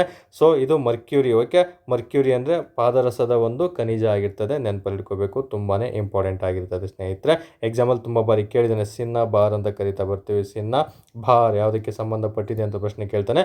ಮರ್ಕ್ಯೂರಿಗೆ ಸಂಬಂಧಪಟ್ಟಿದ್ದು, ನೆನಪಲ್ಲಿರಬೇಕು. ತುಂಬ ಬಾರಿ ಪ್ರಶ್ನೆ ಆಗಿದೆ ಸ್ನೇಹಿತರೆ. ಓಕೆ, ಇನ್ನು ನಮಗೆ ಈ ಮಿಶ್ರ ಲೋಹದಲ್ಲಿ ಮರ್ಕ್ಯೂರಿ ಆಗುತ್ತೆ. ಓಕೆ, ಮರ್ಕ್ಯೂರಿ ಕೆಲವೊಂದು ಮಿಶ್ರ ಲೋಹಗಳಿರ್ತವೆ. ಇದು ತುಂಬ ಇಂಪಾರ್ಟೆಂಟ್ ಪ್ರಶ್ನೆ. ಕೆಲವೊಂದು ಮಿಶ್ರ ಲೋಹಗಳು ಪಾದರಸದಿಂದ ಏನಾದರೂ ಮಾಡಿದರೆ, ಯಾಕಂದರೆ ಮಿಶ್ರ ಲೋಹಗಳನ್ನು ಒಂದು ಅಥವಾ ಎರಡು ಅಥವಾ ಮೂರು ಅಧಿಕ ಲೋಹಗಳು ಮಾಡಿ ಒಟ್ಟಿಗೆ ಮಾಡಿರ್ತಾರಲ್ಲ, ಅವುಗಳನ್ನು ಮಿಶ್ರ ಲೋಹ ಅಂತ ಕರಿತೀವಿ. ಅಂಥ ಲೋಹಗಳಲ್ಲಿ ಏನಾದರೂ ಪಾದರಸವನ್ನು ಯೂಸ್ ಮಾಡಿದರೆ ಅದನ್ನು ಏನೆಂದು ಕರೀತಾರೆ ಅಂತ ಪ್ರಶ್ನೆ ಕೇಳ್ತಾನೆ. ಅಮಲ್ ಗಮ್ ಅಂತ ಕರಿತಾ ಬರ್ತೀವಿ. ತುಂಬಾ ಇಂಪಾರ್ಟೆಂಟು, ಅಮಲ್ ಗಮ್ ಅಂತ ಕರಿತಾ ಬರ್ತೀವಿ. ಎಕ್ಸಾಮ್ ದೃಷ್ಟಿಯಿಂದ ತುಂಬಾ ಇಂಪಾರ್ಟೆಂಟ್ ಆಗಿರುವಂಥದ್ದು, ಕನ್ಫ್ಯೂಷನ್ ಮಾಡ್ಕೋಬಾರ್ದು ಫ್ರೆಶರ್ಸ್. ಓಕೆ, ಅಮಲ್ ಗಮ್ಸ್ ಅಂತ ಕರಿತಾ ಬರ್ತೀವಿ ಸ್ನೇಹಿತರೆ. ಓಕೆ, ಮಿಶ್ರ ಲೋಹಗಳಲ್ಲಿ ಬಳಸುವಂತಹ ಪಾದರಸವನ್ನು ಏನೆಂದು ಕರೀತಾರೆ ಅಂತ ಕೇಳಿದರೆ ಅಮಲ್ಗಮ್ಸ್ ಅಂತ ಕರಿತಾ ಬರ್ತೀವಿ. ಇನ್ನು ಪಾದರಸದ ಒಂದು ಕೆಮಿಕಲ್ ಸಿಂಬಲ್ ಏನಂತ ಕರಿತೀವಿ, HG ಅಂತ ಕರಿತಾ ಬರ್ತೀವಿ. ತುಂಬಾ ಇಂಪಾರ್ಟೆಂಟ್. ಹೇಗೆ ನಮಗೆ ನೈಟ್ರೋಜನ್ ಅಂತ ಬಂದಾಗ, ಆಕ್ಸಿಜನ್ ಅಂತ ಬಂದಾಗ, ವಾಟರ್ ಅಂತ ಬಂದಾಗ ಕೆಮಿಕಲ್ ನೇಮ್ ಇರ್ತಾವೆ, ಫಾಸ್ಫರಸ್ಗೆ ಆಗಿರ್ಬೋದು, ಓಕೆ, ಬೇರೆ ಬೇರೆ ಚಿನ್ನ ಆಗಿರ್ಬೋದು, ಮತ್ತು ಬೆಳ್ಳಿ ಆಗಿರ್ಬೋದು, ಇವೆಲ್ಲ ಏನೆಲ್ಲ ಒಂದು ಕೆಮಿಕಲ್ ನೇಮ್ಗಳು ಬರ್ತಾವೆ, ಅದೇ ರೀತಿ ಪಾದರಸದ ಕೆಮಿಕಲ್ ನೇಮು HG ಆಗಿರುತ್ತೆ. ಅದನ್ನು ಸಹ ಎಕ್ಸಾಮ್ ದೃಷ್ಟಿಯಿಂದ ತುಂಬಾ ಇಂಪಾರ್ಟೆಂಟ್ ಆಗಿರ್ತದೆ ಸ್ನೇಹಿತರೆ. ನಂತರ ಬರೋದು ನಮಗೆ ಈ ಒಂದು ದ್ರಾವಣ ಅಂತ ಬಂದಾಗ, ಪಾದರಸ ಅಂತ ಬಂದಾಗ ಇಷ್ಟು ಕಂಪಲ್ಸರಿ ಓದ್ಕೊಂಡಿದ್ರೆ ಸಾಕಾಗುತ್ತೆ. ಇದಕ್ಕೂ ಮೇಲೆ ನಿಮಗೇನು ಎಕ್ಸಾಮಲ್ಲಿ ಅವರು ಪ್ರಶ್ನೆ ಕೇಳೋದಿಲ್ಲ. ಸೊ ಇದ್ರದ್ದು ಅಟಾಮಿಕ್ ನಂಬರ್ ಅಂತ ಏನು ಕರೀತಾರಲ್ಲ, ಅಟಾಮಿಕ್ ನಂಬರ್ ಕೇಳಿದರೆ ಅದು ನಿಮಗೆಲ್ಲ ಒಂದು ಆವರ್ತ ಕೋಷ್ಟಕ ಅಂತ ಬರುತ್ತಲ್ಲ, ಓಕೆ, ಪೀರಿಯಡಿಕ್ ಟೇಬಲ್ ಅಂತ, ಅದರಲ್ಲಿ ಇದರ ನಂಬರು 80 ಆಗಿರುತ್ತೆ. ಇದೇನೆಂದು ಪ್ರಶ್ನೆ ಕೇಳಿಲ್ಲ ಸ್ನೇಹಿತರೆ. ಅದಕ್ಕೂ ನೀವು ಸ್ವಲ್ಪ ತಿಳ್ಕೊಂಡಿದ್ರೆ ಸಾಕಾಗಿರ್ತದೆ. ಓಕೆ, ನಂತರ ನಮಗೆ ಇನ್ನು ನೆಕ್ಸ್ಟ್ ನಮಗೆ ಇದು ಎಲ್ಲೆಲ್ಲ ಯೂಸ್ ಮಾಡ್ತಾರೆ ಅಂತ ಕೇಳಿದರೆ, ಒಂದು ಥರ್ಮೋಮೀಟರ್ಗಳಲ್ಲಿ ಪಾದರಸವನ್ನು ನೆಕ್ಸ್ಟ್ KPSC ಕೇಳಿದರೆ ಥರ್ಮೋಮೀಟರ್ಗಳಲ್ಲಿ ಯೂಸ್ ಮಾಡ್ತಾ ಬರ್ತಾನೆ. ನಂತರ ಬಾರೋಮೀಟರ್ಗಳಲ್ಲಿ ಇವುಗಳನ್ನು ಯೂಸ್ ಮಾಡ್ತಾ ಬಂದಿರ್ತಾನೆ. ಮತ್ತು ಫ್ಲೋರೋಸೆಂಟ್ ಲ್ಯಾಂಪ್ಸ್ಗಳಲ್ಲೂ ಸಹ ಇವುಗಳನ್ನು ಯೂಸ್ ಮಾಡ್ತಾ ಬಂದಿರ್ತಾನೆ. ಅಷ್ಟು ಮಾಹಿತಿಯನ್ನು ತಿಳ್ಕೊಂಡಿದ್ರೆ ಸಾಕಾಗಿರ್ತಾರೆ ಸ್ನೇಹಿತರು. ಓಕೆ, ಪಾದರಸ ಅಂತ ಬಂದಾಗ ಇಷ್ಟು ಕಂಪಲ್ಸರಿ ನೀವು ಓದಿದ್ದೇ ಆದಲ್ಲಿ 100% ನೀವು ತಯಾರಿ ಚೆನ್ನಾಗಿದೆ ಅಂತ ಅರ್ಥ. ಇನ್ನು ಇದ್ರ ಬಗ್ಗೆ ಇಷ್ಟರಲ್ಲೇ ಪ್ರಶ್ನೆಯನ್ನು ಕೇಳಲಾಗ್ತದೆ. ಡಿಫ್ರೆಂಟ್ ಪ್ರಶ್ನೆ ಇದ್ರ ಮೇಲೇ ಕೇಳ್ತಾ ಬರ್ತಾನೆ ಅಷ್ಟೇ. ಬಟ್ ಇಷ್ಟೇ ಅಂಶಗಳಲ್ಲಿ ಪ್ರಶ್ನೆಯನ್ನು ನಿಮಗೆ ಕೇಳಲಾಗ್ತದೆ ಸ್ನೇಹಿತರೆ. ಇವುಗಳಲ್ಲಿ ಮ್ಯಾಚ್ ದಿ ಫಾಲೋಯಿಂಗ್ ಕೇಳ್ತಾ ಬರ್ಬೋದು, ಜೋಡಿಗಳ ರೂಪದಲ್ಲಿ ಕೇಳ್ತಾ ಬರ್ಬೋದು, ಯಾವ ಹೇಳಿಕೆ ತಪ್ಪಾಗಿದೆ ಅಂತ ಕೇಳ್ತಾ ಬರ್ಬೋದು ಅಷ್ಟೇ. ಬಟ್ ಪಾದರಸ ಅಂತ ಬಂದಾಗ ಇಷ್ಟು ಓದ್ಕೊಂಡಿದ್ರೆ ಸಾಕಾಗಿರುತ್ತೆ. ನಮ್ಮ ಮುಂದಿನ ಪ್ರಶ್ನೆ, ಇದಕ್ಕೆ ಸರಿ ಉತ್ತರ ಯಾವುದು? ಪಾದರಸ. ಎಸ್, ನೆಕ್ಸ್ಟ್ ಪ್ರಶ್ನೆ, ಬ್ಯಾಕ್ಟೀರಿಯಾಗಳಿಗೆ ಸೋಂಕು ತರುವಂತಹ ನಂಜು ಯಾವುದು ಅಂತ ಪ್ರಶ್ನೆ ಕೇಳಿದ್ದೇನೆ. ಸೊ ಬ್ಯಾಕ್ಟೀರಿಯಾಗಳ ಬಗ್ಗೆ ಎಲ್ಲರೂ ಸಹ ಓದಿರ್ತೀರಾ, ಬಟ್ ಎಲ್ಲ ಪುಸ್ತಕಗಳಲ್ಲಿ ಈ ಆಪ್ಷನನ್ನು ಕೊಟ್ಟಿರೋದಿಲ್ಲ, ಈ ಉತ್ತರ ಸಿಕ್ಕಿರೋದಿಲ್ಲ ಸ್ನೇಹಿತರೆ. ಸೊ ಬ್ಯಾಕ್ಟೀರಿಯಾ ಅಂತ ಬಂದಾಗ ಇಷ್ಟು ಮಾಹಿತಿಯನ್ನು ನೀವು ಕಂಪಲ್ಸರಿ ತಿಳ್ಕೊಂಡಿರಲೇಬೇಕಾಗುತ್ತೆ. ಇನ್ನು ಬ್ಯಾಕ್ಟೀರಿಯಾಗಳು ಅಂತ ಬಂದಾಗ ಬ್ಯಾಕ್ಟೀರಿಯಾಗಳ ಅಧ್ಯಯನವನ್ನು ನಾವು ಏನೆಂದು ಕರಿತೀವಿ ಅಂತ ಪ್ರಶ್ನೆ ಕೇಳ್ತಾನೆ. ಬ್ಯಾಕ್ಟೀರಿಯಾಲಜಿ. ತುಂಬ ಸಿಂಪಲ್ ಆಗಿರುವಂತಹ ಪ್ರಶ್ನೆ. ಬ್ಯಾಕ್ಟೀರಿಯಾಗಳ ಅಧ್ಯಯನವನ್ನು ನಾವು ಬ್ಯಾಕ್ಟೀರಿಯಾಲಜಿ ಅಂತಲೇ ಕರಿತಾ ಬರ್ತೀವಿ. ಎಕ್ಸಾಮಲ್ಲಿ ಪ್ರಶ್ನೆ ಆಗಿದೆ, ನೆನ್ಪಿಟ್ಕೋಬೇಕು. ಬ್ಯಾಕ್ಟೀರಿಯಾಲಜಿ ಅಂತಲೇ ಕರಿತಾ ಬರ್ತೀವಿ. ವೈರಸ್ಗೆ ವೈರಾಲಜಿ ಅಂತಲೇ ಕರಿತಾ ಬರ್ತೀವಿ ಸ್ನೇಹಿತರೆ. ನಂತರ ಈ ಬ್ಯಾಕ್ಟೀರಿಯಾಗಳಿಗೆ ಸೋಂಕು ತರುವಂತಹ ನಂಜು ಯಾವುದು ಅಂತ ಪ್ರಶ್ನೆ ಕೇಳ್ತಾನೆ. ಅದು ಚಾಲ್ಕೋಪೆನ್ ಎಂಬ ನಂಜು ಈ ಬ್ಯಾಕ್ಟೀರಿಯಾಗಳಿಗೆ ಒಂದು ಏನೋ ಸೋಂಕನ್ನು ತರುವಂಥದ್ದು ಆಗಿರ್ತದೆ ಸ್ನೇಹಿತರೆ. ಇನ್ನು ಬ್ಯಾಕ್ಟೀರಿಯಾಗಳು ಅಂತ ಬಂದಾಗ ಬ್ಯಾಕ್ಟೀರಿಯಾಗಳಿಂದ ಹರಡುವಂತಹ ಕಾಯಿಲೆಗಳ ಬಗ್ಗೆ ಪ್ರಶ್ನೆ ತುಂಬ ಬರಿಯಾಗಿದೆ. ಕಾಲರಾ ಆಗಿರ್ಬೋದು, ಕುಷ್ಠರೋಗ ಆಗಿರ್ಬೋದು, ಪ್ಲೇಗ್ ಆಗಿರ್ಬೋದು, ಇನ್ನು ಮುಂತಾದವು ತುಂಬ ಇಂಪಾರ್ಟೆಂಟು. ಪುಸ್ತಕಗಳಲ್ಲಿ ಕೊಟ್ಟಿರ್ತಾನೆ. ಪುಸ್ತಕಗಳಲ್ಲಿ ಏನು ಕೊಟ್ಟಿರ್ತಾನೆ, ನೀವೇನು ಓದಿರ್ಬೇಕಂದ್ರೆ ಬ್ಯಾಕ್ಟೀರಿಯಾಗಳು, ಅವುಗಳು ಹರಡುವಂತಹ ರೋಗಗಳು ಯಾವುವು, ಬ್ಯಾಕ್ಟೀರಿಯಾದಿಂದ ಬರುವಂತಹ ರೋಗಗಳು ಲೀಸ್ಟ್ ಮಾಡ್ಕೊಂಡಿರ್ಬೇಕು. ತುಂಬಾ ಇದ್ದಾವೆ. ಮತ್ತು ಅವು ಆ ರೋಗಗಳಿಗೆ, ಫಾರ್ ಎಕ್ಸಾಂಪಲ್ ಕಾಲರ ರೋಗಕ್ಕೆ ಯಾವ ಒಂದು ಬ್ಯಾಕ್ಟೀರಿಯಾ ಕಾರಣ ಅಂತ ಕೇಳ್ತಾ ಬರ್ತಾನೆ. ಕುಷ್ಠರೋಗಕ್ಕೆ ಯಾವ ಬ್ಯಾಕ್ಟೀರಿಯಾ ಕಾರಣ ಅಂತ ಕೇಳ್ತಾ ಬರ್ತಾನೆ. ಪ್ಲೇಗ್ ರೋಗಕ್ಕೆ ಯಾವ ಬ್ಯಾಕ್ಟೀರಿಯಾ ಕಾರಣ ಅಂತ ಕೇಳ್ತಾ ಬರ್ತಾನೆ. ಅಷ್ಟನ್ನು ಸಹ ಓದಿರಬೇಕು. ಓಕೆ, ಎಕ್ಸಾಮಲ್ಲಿ 3 ರೀತಿ ಪ್ರಶ್ನೆ ಕೇಳ್ತಾನೆ. ಈ ಕೆಳಗಿನ ಯಾವುದು ಬ್ಯಾಕ್ಟೀರಿಯಾದಿಂದ ಹರಡುವಂತಹ ರೋಗವಾಗಿದೆ ಅಂತ ಪ್ರಶ್ನೆ ಕೇಳ್ತಾನೆ, ಅಥವಾ ರೋಗವಲ್ಲ ಅಂತ ಪ್ರಶ್ನೆ ಕೇಳ್ತಾ ಬರ್ತಾನೆ. ಅಥವಾ ಈ ಕೆಳಗಿನ ಪ್ಲೇಗ್ ಅಥವಾ ಕಾಲರ ಒಂದು ಬ್ಯಾಕ್ಟೀರಿಯಾ ಯಾವ ಬ್ಯಾಕ್ಟೀರಿಯಾದಿಂದ ಹರಡುತ್ತೆ ಅಂತ ಪ್ರಶ್ನೆ ಕೇಳ್ತಾ ಬರ್ತಾನೆ. ಈ 3 ರೀತಿ ಪ್ರಶ್ನೆಯನ್ನು ನಿಮ್ಗೆ ಕೇಳ್ತಾ ಬರ್ತಾನೆ. ನಾನು ಹೇಳಿದಷ್ಟು ಅಂಶಗಳು ನೀವು ಆಲ್ರೆಡಿ ಓದಿದರೆ 100% ನೀವು ಪಕ್ಕ ಕ್ಲಿಕ್ ಆಗಿ ಆಗ್ತೀರಾ ಸ್ನೇಹಿತರೆ. ಅದ್ರ ಬಗ್ಗೆ ಹೊರಿಬೇಕಾಗಿಲ್ಲ. ಅದನ್ನು ಬಿಟ್ಟು ನೆಕ್ಸ್ಟ್ ಲೆವೆಲ್ ಬ್ಯಾಕ್ಟೀರಿಯಾಗಳ ಬಗ್ಗೆ ಯಾವ ರೀತಿ ಪ್ರಶ್ನೆ ಕೇಳ್ತಾರೆ ಅಂದರೆ ತುಂಬ ಸಿಂಪಲ್ ನೋಡಿ, ಚಾಲ್ಕೋಪಿನ್ ಆಗಿರುತ್ತೆ. ಇದನ್ನು ಬಿಟ್ಟರೆ ಒಂದು ಕ್ರೋಮೋಸೋಮ್ಗಳು ಅಂತ ಒಂದು ಟಾಪಿಕ್ ಬರುತ್ತೆ. ನಮ್ಮ ಜೀವಕೋಶದಲ್ಲಿ ವರ್ಣತಂತುಗಳು ಅಂತ ಬರ್ತವೆ. ವರ್ಣತಂತುಗಳು ಅಂತ ಬಂದಾಗ ಮಾನವನಲ್ಲಿರುವಂತಹ ವರ್ಣತಂತುಗಳು 23 ಜೊತೆ ಅಂತ ಎಲ್ರಿಗೂ ಸಹ ಗೊತ್ತು. 23 ಜೊತೆ ಅಂದರೆ 46 ವರ್ಣತಂತುಗಳು ಮಾನವನಲ್ಲಿ ಕಂಡು ಬರ್ತವೆ. ಇನ್ನು 45 ಆದರೆ ಯಾವ ಕಾಯಿಲೆ ಬರುತ್ತೆ, 47 ಆದರೆ ಆ ಕಾಯಿಲೆಯನ್ನು ಏನೆಂದು ಕರಿತೀವಿ ಅನ್ನೋದು ಸಹ ನೀವು ಜೀವಕೋಶದಲ್ಲಿ ಓದಿರಬೇಕು, ವರ್ಣತಂತುಗಳು ಎಂಬ ಟಾಪಿಕಲ್ಲಿ. ಇನ್ನು ಅತಿ ಹೆಚ್ಚು ವರ್ಣತಂತುಗಳನ್ನು ಹೊಂದಿರುವಂತಹ ಪ್ರಾಣಿ ಯಾವುದಂತ ನೀವು ತಿಳ್ಕೊಂಡಿರಬೇಕು. ಅತಿ ಕಡಿಮೆ ವರ್ಣತಂತು ಹೊಂದಿರುವಂತಹ ಪ್ರಾಣಿ ಯಾವುದಂತ ನೀವು ತಿಳ್ಕೊಂಡಿರಲೇಬೇಕಾಗುತ್ತೆ. ಇಷ್ಟು ಓದಿದ್ದಲ್ಲಿ ಈ ವರ್ಣತಂತುಗಳ ಬಗ್ಗೆ ನೀವು ಪರ್ಫೆಕ್ಟ್ ಆಗಿರ್ತೀರಾ. ಸೊ ವರ್ಣತಂತುಗಳಂತ ಬಂದಾಗ ಬ್ಯಾಕ್ಟೀರಿಯಾಗಳಲ್ಲಿ ಎಷ್ಟು ವರ್ಣತಂತುಗಳಿದೆ ಅಂತಲೂ ಸಹ ಪ್ರಶ್ನೆ ಆಗಿದೆ PSIಯಲ್ಲಿ. ಒಂದೇ ಒಂದು ವರ್ಣತಂತು ಬ್ಯಾಕ್ಟೀರಿಯಾದಲ್ಲಿ ಇರ್ತದೆ ಸ್ನೇಹಿತರೆ. ಒಂದು ವರ್ಣತಂತು ಯಾವುದು ಹೊಂದಿದೆ ಅಂತ ಕೇಳಿದರೆ ಬ್ಯಾಕ್ಟೀರಿಯಾಗಳು ಒಂದೇ ವರ್ಣತಂತುಗಳನ್ನು ಹೊಂದಿರ್ತವೆ. ತುಂಬಾ ಇಂಪಾರ್ಟೆಂಟು, ನೆನಪಲ್ಲಿ ಇಟ್ಕೊಂಡಿರಬೇಕಾಗುತ್ತೆ. ಇನ್ನು ಅಲ್ಲೋಜೋಮ್ಸ್ ಅಂತ ಬರ್ತವೆ, ಲೈಂಗಿಕ ವರ್ಣತಂತುಗಳನ್ನು ನಾವು. ಓಕೆ, ಅಲ್ಲೋಜೋಮ್ಸ್ ಅಂತ ಬರುತ್ತೆ. ಇದು ತುಂಬ ಜನ ಓದಿರಲ್ಲ, ನೋಟ್ಸ್ ಮಾಡಿಟ್ಕೊಳ್ಳಿ. ಅಲ್ಲೋಜೋಮ್ಸ್ ಅಂತ ಬರ್ತವೆ. ಅಲ್ಲೋಜೋಮ್ಸ್ ಅಂದರೆ ಏನು ಅಂತ ಕೇಳಿದರೆ ಒಂದು ಲೈಂಗಿಕ ವರ್ಣತಂತುಗಳಿಗೆ, ಲೈಂಗಿಕ ಒಂದು ಸೆಕ್ಸಿಗೆ ಏನು ಕರಿತೀವಲ್ಲ, ಈ ಲೈಂಗಿಕ ವರ್ಣತಂತುಗಳಿಗೆ ನಾವು ಈ ಒಂದು ಅಲ್ಲೋಜೋಮ್ಸ್ ಅಂತ ಕರಿತಾ ಬರ್ತೀವಿ ಸ್ನೇಹಿತರೆ. ಲೈಂಗಿಕ ವರ್ಣತಂತು ಅನ್ನೋ ಪಾಯಿಂಟನ್ನು ನೀವು ಕಂಪಲ್ಸರಿ ಓದಿರಲೇಬೇಕಾಗುತ್ತೆ. ಓಕೆ, ಇಷ್ಟು ಅಂಶಗಳನ್ನು ತಿಳ್ಕೊಂಡಿರಲೇಬೇಕಾಗುತ್ತೆ. ನೆಕ್ಸ್ಟ್ ಬರುವಂಥದ್ದೇ ನಮಗೆ ಈ ಬ್ಯಾಕ್ಟೀರಿಯಾ ಅಂತ ಬಂದಾಗ ವೈರಸ್, ಶಿಲೀಂಧ್ರಗಳು, ಶೈವಲಗಳಂತ ಬರ್ತವೆ. ಅದರಿಂದ ಹರಡುವಂತಹ ರೋಗಗಳು ಯಾವ ಶೈವಲ, ಯಾವ ಒಂದು ವೈರಸ್ ಅಥವಾ ಯಾವ ಒಂದು ಶಿಲೀಂಧ್ರ ಯಾವ ಒಂದು ರೋಗವನ್ನು ತರುತ್ತೆ ಅನ್ನೋದು ಸಹ ನೀವು ಓದಿದ್ದೆ ಆದಲ್ಲಿ ಅಷ್ಟರಲ್ಲಿ ನಿಮಗೆ PCಗಳಲ್ಲಿ ಪ್ರಶ್ನೆಗಳನ್ನು ಕೇಳಲಾಗ್ತದೆ ಸ್ನೇಹಿತರೆ. ಓಕೆ, ಇಷ್ಟು ಅಂಶಗಳನ್ನು ಸಹ ನೀವು ಕಂಪಲ್ಸರಿ ಓದಿರಲೇಬೇಕಾಗುತ್ತೆ. ನೆಕ್ಸ್ಟ್ ನಾವು ಇನ್ನೊಂದು ಟಾಪಿಕನ್ನು ನೋಡ್ತಾ ಬರೋಣ.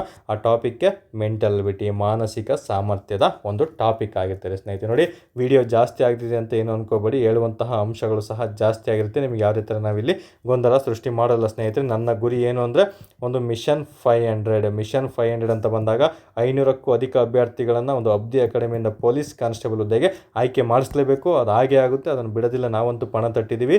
ಅದಕ್ಕೆ ತಕ್ಕಂತೆ ನೀವು ಸಹ ಚೆನ್ನಾಗಿ ಓದ್ಕೊಳ್ತಾ ಬಂದಲ್ಲಿ ಖಂಡಿತ ನಿಮಗೆ ಸಕ್ಸಸ್ ಸಿಕ್ಕೇ ಸಿಗುತ್ತೆ ಸ್ನೇಹಿತರೆ. ಓಕೆ, ನನ್ನ ಒಂದು ರಿಕ್ವೆಸ್ಟು, ಎಲ್ಲರೂ ಸಹ ಚೆನ್ನಾಗಿ ಓದ್ಕೊಳ್ಳಿ. ನೀವೆಲ್ಲರೂ ಪೊಲೀಸ್ ಕಾನ್ಸ್ಟೇಬಲ್ ಅಥವಾ ನೀವು ಕನಸು ಕಂಡಂತಹ ಹುದ್ದೆ ಸಿಗಲೇಬೇಕಾಗುತ್ತೆ. ಆ ಹುದ್ದೆ ಏನೆಲ್ಲ ತಯಾರಿ ನಡೆಸಬೇಕಂತ ಹೇಳ್ಬಿಟ್ಟು ಒಂದು ಪೇಯ್ಡ್ ಕ್ಲಾಸ್ ಆಗಿರ್ಬೋದು, ಅಥವಾ ಫ್ರೀ ವರ್ಷನ್ ಕ್ಲಾಸಸ್ ಆಗಿರ್ಬೋದು, ಅಥವಾ ಯೂಟ್ಯೂಬ್ ವರ್ಷನ್ ಕ್ಲಾಸಸ್ ಆಗಿರ್ಬೋದು, ಎಲ್ಲ ಮಾಹಿತಿ ಮತ್ತು ಪ್ರತಿದಿನ ಕ್ವಿಜ್ 20 ಅಂಕಗಳ ಒಂದು ಬೇಸಿಕ್ ಅಥವಾ ನೆಕ್ಸ್ಟ್ ಲೆವೆಲ್ ಕ್ವಿಜ್ಗಳನ್ನು ನೀಡ್ತಾ ಬರ್ತಿದ್ದೀವಿ. ಎಲ್ಲನೂ ಸಹ ಫಾಲೋ ಮಾಡಿ. ಖಂಡಿತ ನಿಮಗೆ 100% PC ಆಗೋದ್ರಲ್ಲಿ ಎರಡು ಮಾತೇ ಇಲ್ಲ ಸ್ನೇಹಿತರೆ. ಅದಕ್ಕೆ ನಾನು ನಿಮಗೆ ಗ್ಯಾರಂಟಿ ಕೊಡ್ತಾ ಬರ್ತೀನಿ.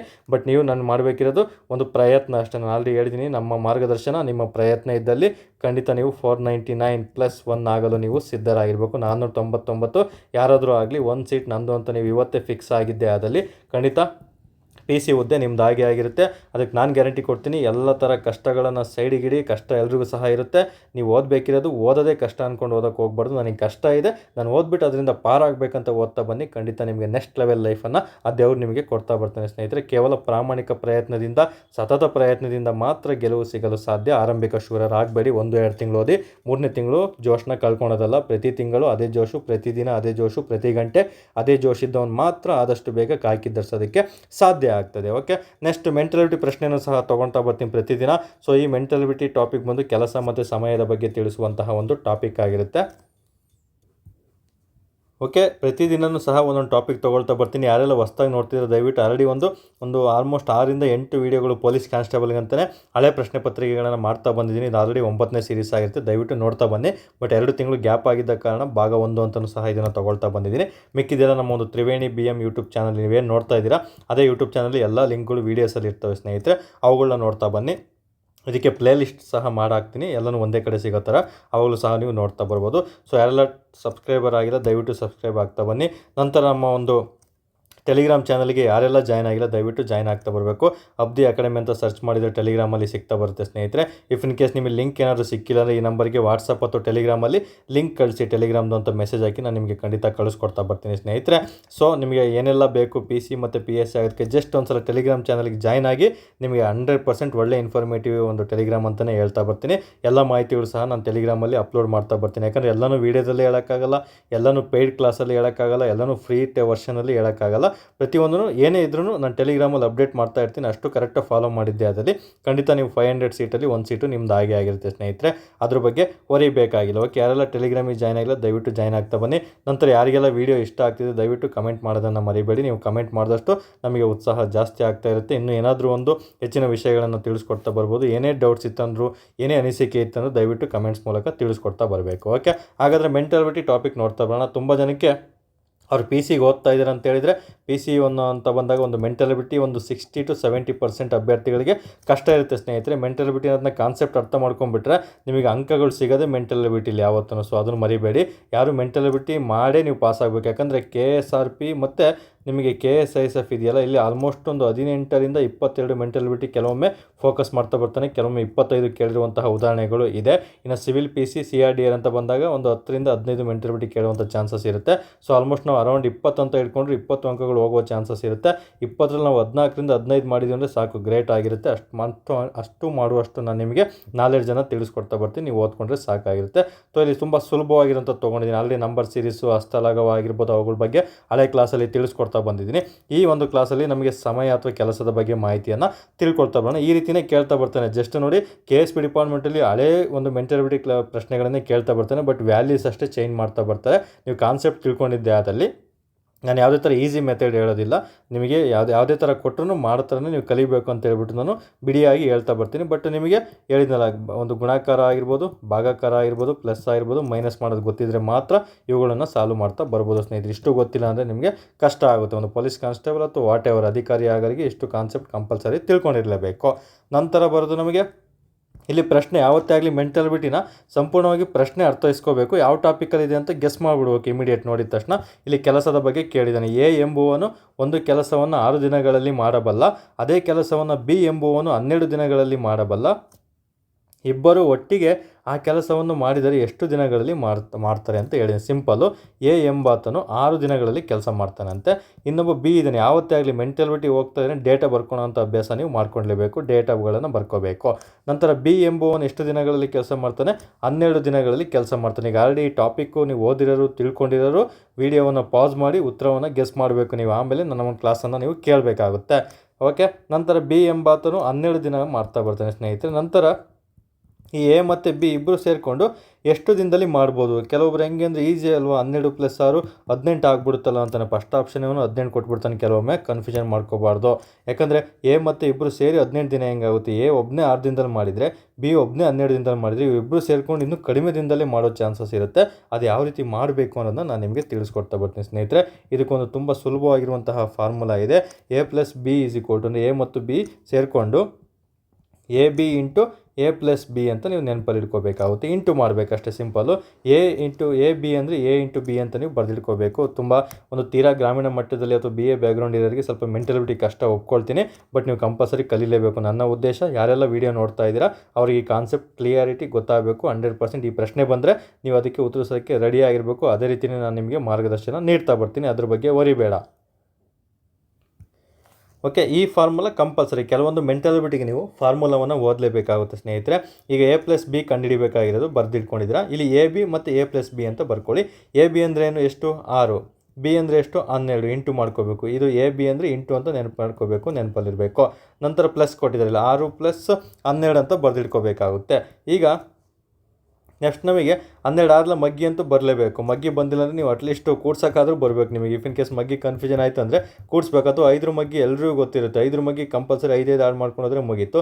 12 5ಲಿ 60 ಅಂತ ಎಲ್ರಿಗೂ ಗೊತ್ತಿರುತ್ತೆ ಸ್ನೇಹಿತರೆ. 12 5ಲಿ 60 ಅಂತ ಗೊತ್ತಿದ್ದಾಗ ಆರಾಮ್ಸೆ ನೀವು ನೆಕ್ಸ್ಟ್ ಪ್ಲಸ್ ಅದಕ್ಕೆ 12 ಮಾಡಿದರೆ ನಿಮಗೆ 12 6ಲಿ 72 ಅಂತ ಈಸಿಯಲ್ಲಿ ಕಂಡುಹಿಡಿತಾ ಬರ್ಬೋದು. ಸೊ ಈ ರೀತಿಯೂ ಸಹ ನೀವು ಒಂದು ಮಗ್ಗಿಗಳನ್ನು ಗುರುಸ್ತಾ ಬರಬೇಕು. ಅಥವಾ ನೀವು ತೀರಾ ಕಷ್ಟ ಆಯ್ತು ಅಂದರೆ ಪ್ಲಸ್ ಮಾಡ್ತಾ ಬರ್ಬೋದು. ಬಟ್ ಈ ರೀತಿ ಪ್ಲಸ್ ಮಾಡ್ಕೊಳ್ತಾ ಹೋದರೆ ನಿಮಗೆ ಟೈಮ್ ಎಕ್ಸಾಮಲ್ಲಿ ಅಷ್ಟೊಂದು ಇರಲ್ಲ ಸ್ನೇಹಿತರೆ. ಟೈಮ್ ಮ್ಯಾನೇಜ್ಮೆಂಟ್ ಅನ್ನೋದು ತುಂಬಾ ಇಂಪಾರ್ಟೆಂಟು. ಅದನ್ನು ಒಂದಿನ ತಿಳಿಸ್ಕೊಡ್ತೀನಿ. ಟೈಮ್ ಮ್ಯಾನೇಜ್ಮೆಂಟ್ ಯಾವ ಪ್ರಶ್ನೆನ ಯಾವ ರೀತಿ ನೀವು ಎಕ್ಸಾಮಲ್ಲಿ ಅಟೆಂಡ್ ಮಾಡಬೇಕಂತ ಖಂಡಿತ ತಿಳಿಸ್ಕೊಡ್ತಾ ಬರ್ತೀನಿ. ಕಮೆಂಟ್ ಬಾಕ್ಸಲ್ಲಿ ಕಮೆಂಟ್ ಮಾಡಿರಿ. ಓಕೆ, ಹಾಗಾದರೆ ಇಲ್ಲಿ ನಿಮಗೆ 6+12 ಫಸ್ಟ್ ಈಸಿ ಇರೋದನ್ನ ನೋಡ್ಕೋಬೇಕು. ಪ್ಲಸ್ ಮಾಡೋಕ್ಕೆ ಬರುತ್ತಾ? 6+12 ಎಷ್ಟು? 18 ಆಯಿತು. 6 ಬರೆದಿಟ್ಕೊಳ್ಳಿ, ಮತ್ತು 12 ಹಾಗೆ ಬರೆದಿಟ್ಕೊಳ್ಳಿ. ಓಕೆ, ಇದು ಮಗ್ಗಿಯಿಂದ ಹೋಗ್ಬೇಕೀಗ. ಯಾವ ಮಗ್ಗಿಯಿಂದ ಹೋಗ್ಬೋದು ಗೆಸ್ ಮಾಡ್ಕೊಬನ್ನಿ. 6 1ಲಿ 6 2ಲಿ 6 3ಲಿ ಅಂತಲೂ ನೀವು ಗೆಸ್ ಮಾಡ್ಕೋಬೋದು. ಅಥವಾ 3ಇಂದನೂ ಸಹ ಇದು ಹೋಗ್ತಾ ಬರುತ್ತೆ. ಡೈರೆಕ್ಟ್ ಹೋಗೋದಕ್ಕೆ ಟ್ರೈ ಮಾಡಬೇಕು. 6 1ಲಿ 6 ಆಗುತ್ತೆ. 6 3ಲಿ ಎಷ್ಟು? 18 ಆಗುತ್ತೆ ಸ್ನೇಹಿತರೆ. ಸೊ ನೆಕ್ಸ್ಟ್ ಏನು ಉಳಿತು ನಮಗೆ? ಉಳಿದಿದ್ದೆ 12 ಉಳಿತು. ಇಲ್ಲಿ 12 ಉಳಿದಿದೆ ನೋಡಿ, ಕನ್ಫ್ಯೂಷನ್ ಮಾಡ್ಕೋಬಾರ್ದು. ನಂತರ ಇಲ್ಲಿ 3 ಉಳಿದಿದೆ. ಸೊ ಈ 3 ಮಗ್ಗಿ ಅಂತ ಬಂದಾಗ 3 4ಲಿ ಎಷ್ಟಾಗುತ್ತೆ? 12 ಆಗುತ್ತೆ. ಸೊ ಇಲ್ಲಿ 4 ಸರಿ ಉತ್ತರ ಆಗಿರ್ತದೆ ಸ್ನೇಹಿತರೆ. ಇಬ್ಬರು ಸೇರ್ಕೊಂಡು ಎಷ್ಟು ದಿನದಲ್ಲಿ ಕೆಲಸ ಮಾಡ್ತಾರೆ ಅಂತ ಕೇಳಿದರೆ 4 ದಿನದಲ್ಲಿ ಕೆಲಸ ಮಾಡ್ತೀವಿ. ಇದಕ್ಕೆ ನಿಮಗೆ ಸ್ಮಾರ್ಟ್ ವರ್ಕ್ ಎಲ್ಲ ಇದ್ದಾವೆ. ಕೇವಲ ಆನ್ಲೈನಲ್ಲೇ ನೀವು ಓದ್ತಾ ಬರ್ಬೋದು. ಬಟ್ ಈ ಥರ ಪ್ರಾಬ್ಲಮ್ ಕೊಟ್ಟರೆ ಆ ಒನ್ಲೈನ್ ಮೆಥಡ್ ನಿಮಗೆ ವರ್ಕ್ ಆಗ್ತಾ ಬರುತ್ತೆ. ಬಟ್ ಏನಾದರೂ ಸ್ವಲ್ಪ ಟ್ವಿಸ್ಟ್ ಮಾಡಿ ಕೇಳಿಬಿಟ್ರೆ ಎ ಒಬ್ಬನೇ ಎಷ್ಟು ದಿನ, ಬಿ ಒಬ್ಬನೇ ಎಷ್ಟು ದಿನ, ಅಥವಾ ಓಕೆ ಇನ್ನೂ ಸ್ವಲ್ಪ ದಿನ 3 ದಿನ ಬಿಟ್ಟು ತೊಗೊಂಡ್ರೆ ಇನ್ನೂ ಎಷ್ಟು ದಿನ ಮಾಡ್ಬೋದು, ಈ ರೀತಿ ಎಲ್ಲ ಟ್ವಿಸ್ಟಾಗಿ ಕೇಳ್ತಾ ಬರ್ತಾನೆ. ಅವಾಗ ಅವೆಲ್ಲ ವರ್ಕೌಟ್ ಆಗಲ್ಲ ಸ್ನೇಹಿತರೆ. ನಾನು ನಿಮಗೆ ಏನು ಗೊತ್ತು, ನನಗೆ ನಾಲೆಡ್ಜ್ ಇದೆ ಅಷ್ಟೂ ಕರೆಕ್ಟಾಗಿ ಪರ್ಫೆಕ್ಟಾಗಿ ನಿಮಗೆ ತಿಳಿಸ್ಕೊಡ್ತಾ ಬರ್ತೀನಿ. ಇಲ್ಲಿ ಸರಿ ಉತ್ತರ 4 ದಿನ ಆಗಿರ್ತದೆ. ನೆನಪಲ್ಲಿರ್ಬೇಕು ಸ್ನೇಹಿತರೆ. ಇಷ್ಟೇ, ತುಂಬ ಸಿಂಪಲ್. ಮೆಂಟಾಲಿಟಿಲಿ ಆರಾಮ್ಸೆ ನಾವು ಒಂದು 100 ಪ್ರಶ್ನೆಗಳಿದಾವೆ ಅಂದರೆ ಒಂದು 80% ಅಂತ ನಾವು ಪ್ರಶ್ನೆಯನ್ನು ಲೆಕ್ಕ ಹಾಕೋಬೇಕು. ಮೆಂಟಾಲಿಟಿ 20 ಕೊಡ್ತಂದರೆ 14 ಮಾಡ್ತಾ ಬಂದರೆ 100% ನೀವು ಸಕ್ಸಸ್ ಆದಂಗೆ ಸ್ನೇಹಿತರೆ. ಅದ್ರ ಬಗ್ಗೆ ವರಿಬೇಕಿಲ್ಲ. ಕೆಲವೊಮ್ಮೆ ಈಸಿ ಕೊಟ್ಟಾಗ 18 ಸಹ ನಾವು ರೀಚ್ ಮಾಡ್ತಾ ಬರ್ಬೋದು. ಓಕೆ, ಹಾಗಾದರೆ ನೆಕ್ಸ್ಟ್ ನಮಗೆ ಇಷ್ಟು ಪ್ರಶ್ನೆಗಳನ್ನು ಸಹ ನೀವು ಓದಬೇಕು. ಮೆಂಟಾಲಿಟಿ ಒಂದೇ ಪ್ರಶ್ನೆಯನ್ನು ತೊಗೊಳ್ತಾ ಬರ್ತೀನಿ. ಎರಡೆರಡು ಪ್ರಶ್ನೆ ಹೇಳಿ ನಿಮಗೆ ಕನ್ಫ್ಯೂಷನ್ ಆಗೋ ಚಾನ್ಸಸ್ ಇರುತ್ತೆ ಸ್ನೇಹಿತರೆ. ಓಕೆ, ನಿಮ್ಗೆ ಆಲ್ರೆಡಿ ಹೇಳಿದಾಗೆ ಮತ್ತೊಮ್ಮೆ ಕೇಳ್ಕೊಳ್ತೀನಿ, ವಿಡಿಯೋ ಇಷ್ಟ ಆದರೆ ಲೈಕ್ ಮಾಡಿ. ನಿಮಗೆ ತುಂಬ ಇಷ್ಟ ಆಯ್ತು ಅಂದರೆ ಕಮೆಂಟ್ ಬಾಕ್ಸಲ್ಲಿ ಕಮೆಂಟನ್ನು ಮಾಡ್ತಾ ಬರಬೇಕು. ತೀರಾ ಇಷ್ಟ ಆಯಿತು, ಇದು ಬೇರೆಯವರಿಗೆ ಯೂಸ್ಫುಲ್ ಆಗುತ್ತಂದರೆ ದಯವಿಟ್ಟು ಶೇರ್ ಮಾಡ್ತಾ ಬನ್ನಿ ಸ್ನೇಹಿತರೆ. ನಾವು ಯಾವಾಗಲೂ ನಿಮಗೆ ಋಣಿಯಾಗಿರ್ತೀವಿ. ಓಕೆ, ಆದಷ್ಟು ಎಷ್ಟಾಗುತ್ತೋ ಅಷ್ಟು ಜನಕ್ಕೆ ಕಮೆಂಟ್ ಬಾಕ್ಸಲ್ಲಿ ಕಮೆಂಟ್ ಮಾಡಿ, ಮತ್ತು ಶೇರನ್ನು ಸಹ ಮಾಡಿ, ಲೈಕು ಸಹ ಮಾಡ್ತಾ ಬರಬೇಕು. ಏನೇ ಡೌಟ್ ಇತ್ತನ್ನು ಸಹ ನೀವು ಕಮೆಂಟ್ ಬಾಕ್ಸಲ್ಲಿ ತಿಳಿಸ್ಕೊಡಿ. ನೆಕ್ಸ್ಟ್ ಕ್ಲಾಸಲ್ಲಿ ಅದನ್ನು ಅಪ್ಡೇಟ್ ಮಾಡ್ಕೊಳ್ತೀನಿ. ಇನ್ನು ಫ್ಲೋ ಅಲ್ಲಿ ಏನಾದರೂ ಇಂಟರ್ಲಿಂಕ್ ಕೊಡಬೇಕಾದ್ರೆ ನಾನು ಮಿಸ್ಟೇಕ್ ಮಾಡಿದರೆ ದಯವಿಟ್ಟು ಆ ಮಿಸ್ಟೇಕ್ಗಳನ್ನು ನಮಗೆ ತಿಳಿಸ್ಕೊಡ್ತಾ ಬನ್ನಿ. ಕಮೆಂಟ್ ಬಾಕ್ಸ್ ಮಾಡಿ, ಅದು ನೆಕ್ಸ್ಟ್ ವೀಡಿಯೋದಲ್ಲಿ ನಾನು ಅಪ್ಡೇಟ್ ಮಾಡಿಕೊಂಡು ಅದನ್ನು ಎಲ್ರಿಗೂ ಸಹ ಅರ್ಥ ಆಗೋ ಥರ ತಿಳಿಸ್ಕೊಡ್ತಾ ಬರ್ತೀನಿ. ಆಗಲೇ ನಮಗೆ ದುಂಡು ಮೇಜಿನ ಸಮ್ಮೇಳನಗಳಂತ ಹೇಳ್ತಾ ಬಂದೆ. ದುಂಡು ಮೇಜಿನ ಸಮ್ಮೇಳನದಲ್ಲಿ 3 ದುಂಡು ಮೇಜಿನ ಸಮ್ಮೇಳನದ ಅಧ್ಯಕ್ಷತೆ ವಹಿಸಿಕೊಂಡವರು ಯಾರು ಅಂತ ಕೇಳ್ತಾ ಬರ್ತಾನೆ. ರಾಮ್ಸೆ ಮ್ಯಾಕ್ಡೊನಾಲ್ಡ್ ಅಂತ ಬರ್ತಾನೆ. ತುಂಬಾ ಇಂಪಾರ್ಟೆಂಟ್. ರಾಮ್ಸೆ ಮ್ಯಾಕ್ಡೊನಾಲ್ಡ್ ಎಂಬಾತನು ದುಂಡು ಮೇಜಿನ ಸಮ್ಮೇಳನದ ಅಧ್ಯಕ್ಷನ ವಹಿಸ್ಕೊಂಡಿರ್ತಾನೆ ಸ್ನೇಹಿತರೆ. ಆಗಿದ್ದಂತಹ ಇಂಗ್ಲೆಂಡಿನ ಪ್ರಧಾನಮಂತ್ರಿ ಯಾರು, ಅಥವಾ ಬ್ರಿಟನ್ನಿನ ಅಥವಾ ಬ್ರಿಟಿಷರ ಪ್ರಧಾನಮಂತ್ರಿ ಯಾರು ಅಂತ ಕೇಳಿದರೆ ರಾಮ್ಸ್ ಮ್ಯಾಕ್ಡೊನಾಲ್ಡ್ ಅವರಾಗಿರ್ತಾರೆ. ಇಂಗ್ಲೆಂಡ್ನ ಪ್ರಧಾನಮಂತ್ರಿ ಆಗಿದ್ದವರಾಗಿರ್ತಾರೆ ಸ್ನೇಹಿತರೆ. ನೋಡಿ, ಭಾರತದಲ್ಲಿದ್ದಂಥ ವೈಸ್ರಾಯ್ ಕೇಳಿದರೆ ಲಾರ್ಡ್ ಇರ್ವಿನ್ ಮೊದಲನೇದು, ಮತ್ತು ಎರಡನೇದು ಹೇಳಿದ್ದೀನಿ ವೆಲ್ಲಿಂಗ್ಟನ್ ಇರ್ತಾನೆ ಅಂತ ಎರಡರಲ್ಲೂ. ಸೊ ಅದರ ಅಧ್ಯಕ್ಷತೆ ವಹಿಸ್ಕೊಂಡಿದ್ದು, 3 ದುಂಡು ಮೇಜಿನ ಸಮ್ಮೇಳನದ ಅಧ್ಯಕ್ಷತೆ ವಹಿಸ್ಕೊಂಡಿದ್ದು ರಾಮ್ಸ್ ಮ್ಯಾಕ್ಡೊನಾಲ್ಡ್ ಅವರಾಗಿರ್ತಾರೆ. ಇಂಗ್ಲೆಂಡ್ ದೇಶದ ಪ್ರಧಾನಮಂತ್ರಿ ಆಗಿರ್ತಾರೆ. ತುಂಬಾ ಇಂಪಾರ್ಟೆಂಟು. ಇನ್ನು ದುಂಡು ಮೇಜಿನ ಸಮ್ಮೇಳನಗಳು ಎಕ್ಸಾಕ್ಟ್ ಯಾವ ದಿನದಂದು ಜರುಗಿದ್ವು ಅಂತಲೂ ಸಹ ಪ್ರಶ್ನೆ ಕೇಳ್ತಾನೆ. ಅದನ್ನು ಸಹ ನೀವು ಓದ್ಕೊಂಡಿರಬೇಕು. ತುಂಬಾ ಇಂಪಾರ್ಟೆಂಟ್ ಆಗಿರುತ್ತೆ. ಓಕೆ, ಎಕ್ಸಾಮಲ್ಲಿ ಪದೇ ರಿಪೀಟ್ ಆಗಿರುವಂತಹ ಪ್ರಶ್ನೆಗಳು ದುಂಡು ಮೇಜಿನ ಸಮ್ಮೇಳನ ಆಗಿರುತ್ತೆ. ತುಂಬ ಕೇರ್ಫುಲ್ಲಾಗಿ ಓದ್ಕೊಳ್ತಾ ಬರ್ಬೇಕು ಸ್ನೇಹಿತರೆ. ಓಕೆ, ಇಷ್ಟು ಸಹ ಇವತ್ತಿನ ಕ್ಲಾಸ್ ಆಗಿರುತ್ತೆ. ಆಲ್ಮೋಸ್ಟು ಕ್ಲಾಸಸ್ ಮಾಡಿ ಒಂದು 2 ತಿಂಗಳು ಆಗ್ತಾ ಬಂತು. ಸ್ವಲ್ಪ ನಮಗೂ ಸಹ ಫ್ಲೋ ತಪ್ಪಿದೆ, ವಾಯ್ಸ್ ಸಹ ಸ್ವಲ್ಪ ಕಡಿಮೆ ಇದೆ ಸ್ನೇಹಿತರೆ. ದಯವಿಟ್ಟು ಅದಕ್ಕೆ ಅಡ್ಜಸ್ಟ್ ಮಾಡ್ಕೊಳ್ಳಿ. ಹೋಗ್ತಾ ವಾಯ್ಸ್ ಸ್ವಲ್ಪ ಲೌಡಾಗಿ ಮಾಡ್ತಾ ಬರ್ತೀನಿ. ಎಲ್ಲರೂ ಸಹ ಅರ್ಥ ಆಗೋ ಥರನೇ ಹೇಳಿದ್ದೀನಿ ಅಂತ ಭಾವಿಸ್ತಾ ಈ ಒಂದು ಕ್ಲಾಸಸನ್ನು ಮುಗಿಸ್ತಾ ಇದ್ದೀನಿ. ಎಲ್ಲರೂ ಸಹ ಚೆನ್ನಾಗಿ ಓದ್ಕೊಳ್ಳಿ. ನೋಟಿಫಿಕೇಷನ್ ಯಾವ ಬೇಕಾದ್ರೂ ಆಗ್ಬೋದು. ಅದನ್ನು ಡೇಟನ್ನು ಮೈಂಡಿಂದ ತೆಗೆದಾಕಿ ಇವತ್ತಿಂದ ನಾನು ಸೀರಿಯಸ್ಸಾಗಿ ಓದ್ತಿದ್ದೀನಿ ಅಂತಲೇ ಓದ್ತಾ ಬನ್ನಿ. ನೀವು ಓದಿರೋ ಸಬ್ಜೆಕ್ಟ್ ಜೊತೆ ನಾನು ಹೇಳಿರುವಂತಹ ಅಂಶಗಳು, ನಾನು ಇಷ್ಟು ಓದಿದ್ದೀನಿ ಅಂತ ನಿಮಗೆ ಕಾನ್ಫಿಡೆಂಟ್ ಬರ್ತಾ ಇದೆ ಅಂದರೆ 100% ನೀವು ಪೊಲೀಸ್ ಕಾನ್ಸ್ಟೇಬಲ್ ಆದಂಗೆ. ಅದ್ರ ಬಗ್ಗೆ ಭಯ ಬೇಡ, ಸಂಕೋಚ ಬೇಡ. ಚೆನ್ನಾಗಿ ಓದ್ಕೊಳ್ತಾ ಬನ್ನಿ. ಪ್ರತಿದಿನ ನಾನು ಪೊಲೀಸ್ ಕಾಕಿ ಹಾಕ್ಕೊಳ್ತೀನಿ ಅಂತಲೇ ಒಂದು 4 ರಿಂದ 5 ಬಾರಿ ಹೇಳ್ಕೊಳ್ಳಿ. ಖಂಡಿತ ನೀವು ಹಾಕ್ಕೊಂತೀರಾ. ಅದಕ್ಕೆ ನನ್ನ ಸಪೋರ್ಟ್ ಯಾವಾಗಲೂ ಇರುತ್ತೆ. ನನ್ನ ಮಾರ್ಗದರ್ಶನ, ನಿಮ್ಮ ಪ್ರಯತ್ನ ಸಕ್ಸಸ್ ಅಂತ ಯಾವಾಗಲೂ ಹೇಳ್ತಾ ಬರ್ತೀನಿ. ಎಲ್ಲರಿಗೂ ಸಹ ಶುಭವಾಗಲಿ ಅಂತ ಹೇಳ್ತಾ ಈ ಒಂದು ಕ್ಲಾಸಸನ್ನು ಮುಗಿಸ್ತಾ ಇದ್ದೀನಿ ಸ್ನೇಹಿತರೆ. ಧನ್ಯವಾದಗಳು.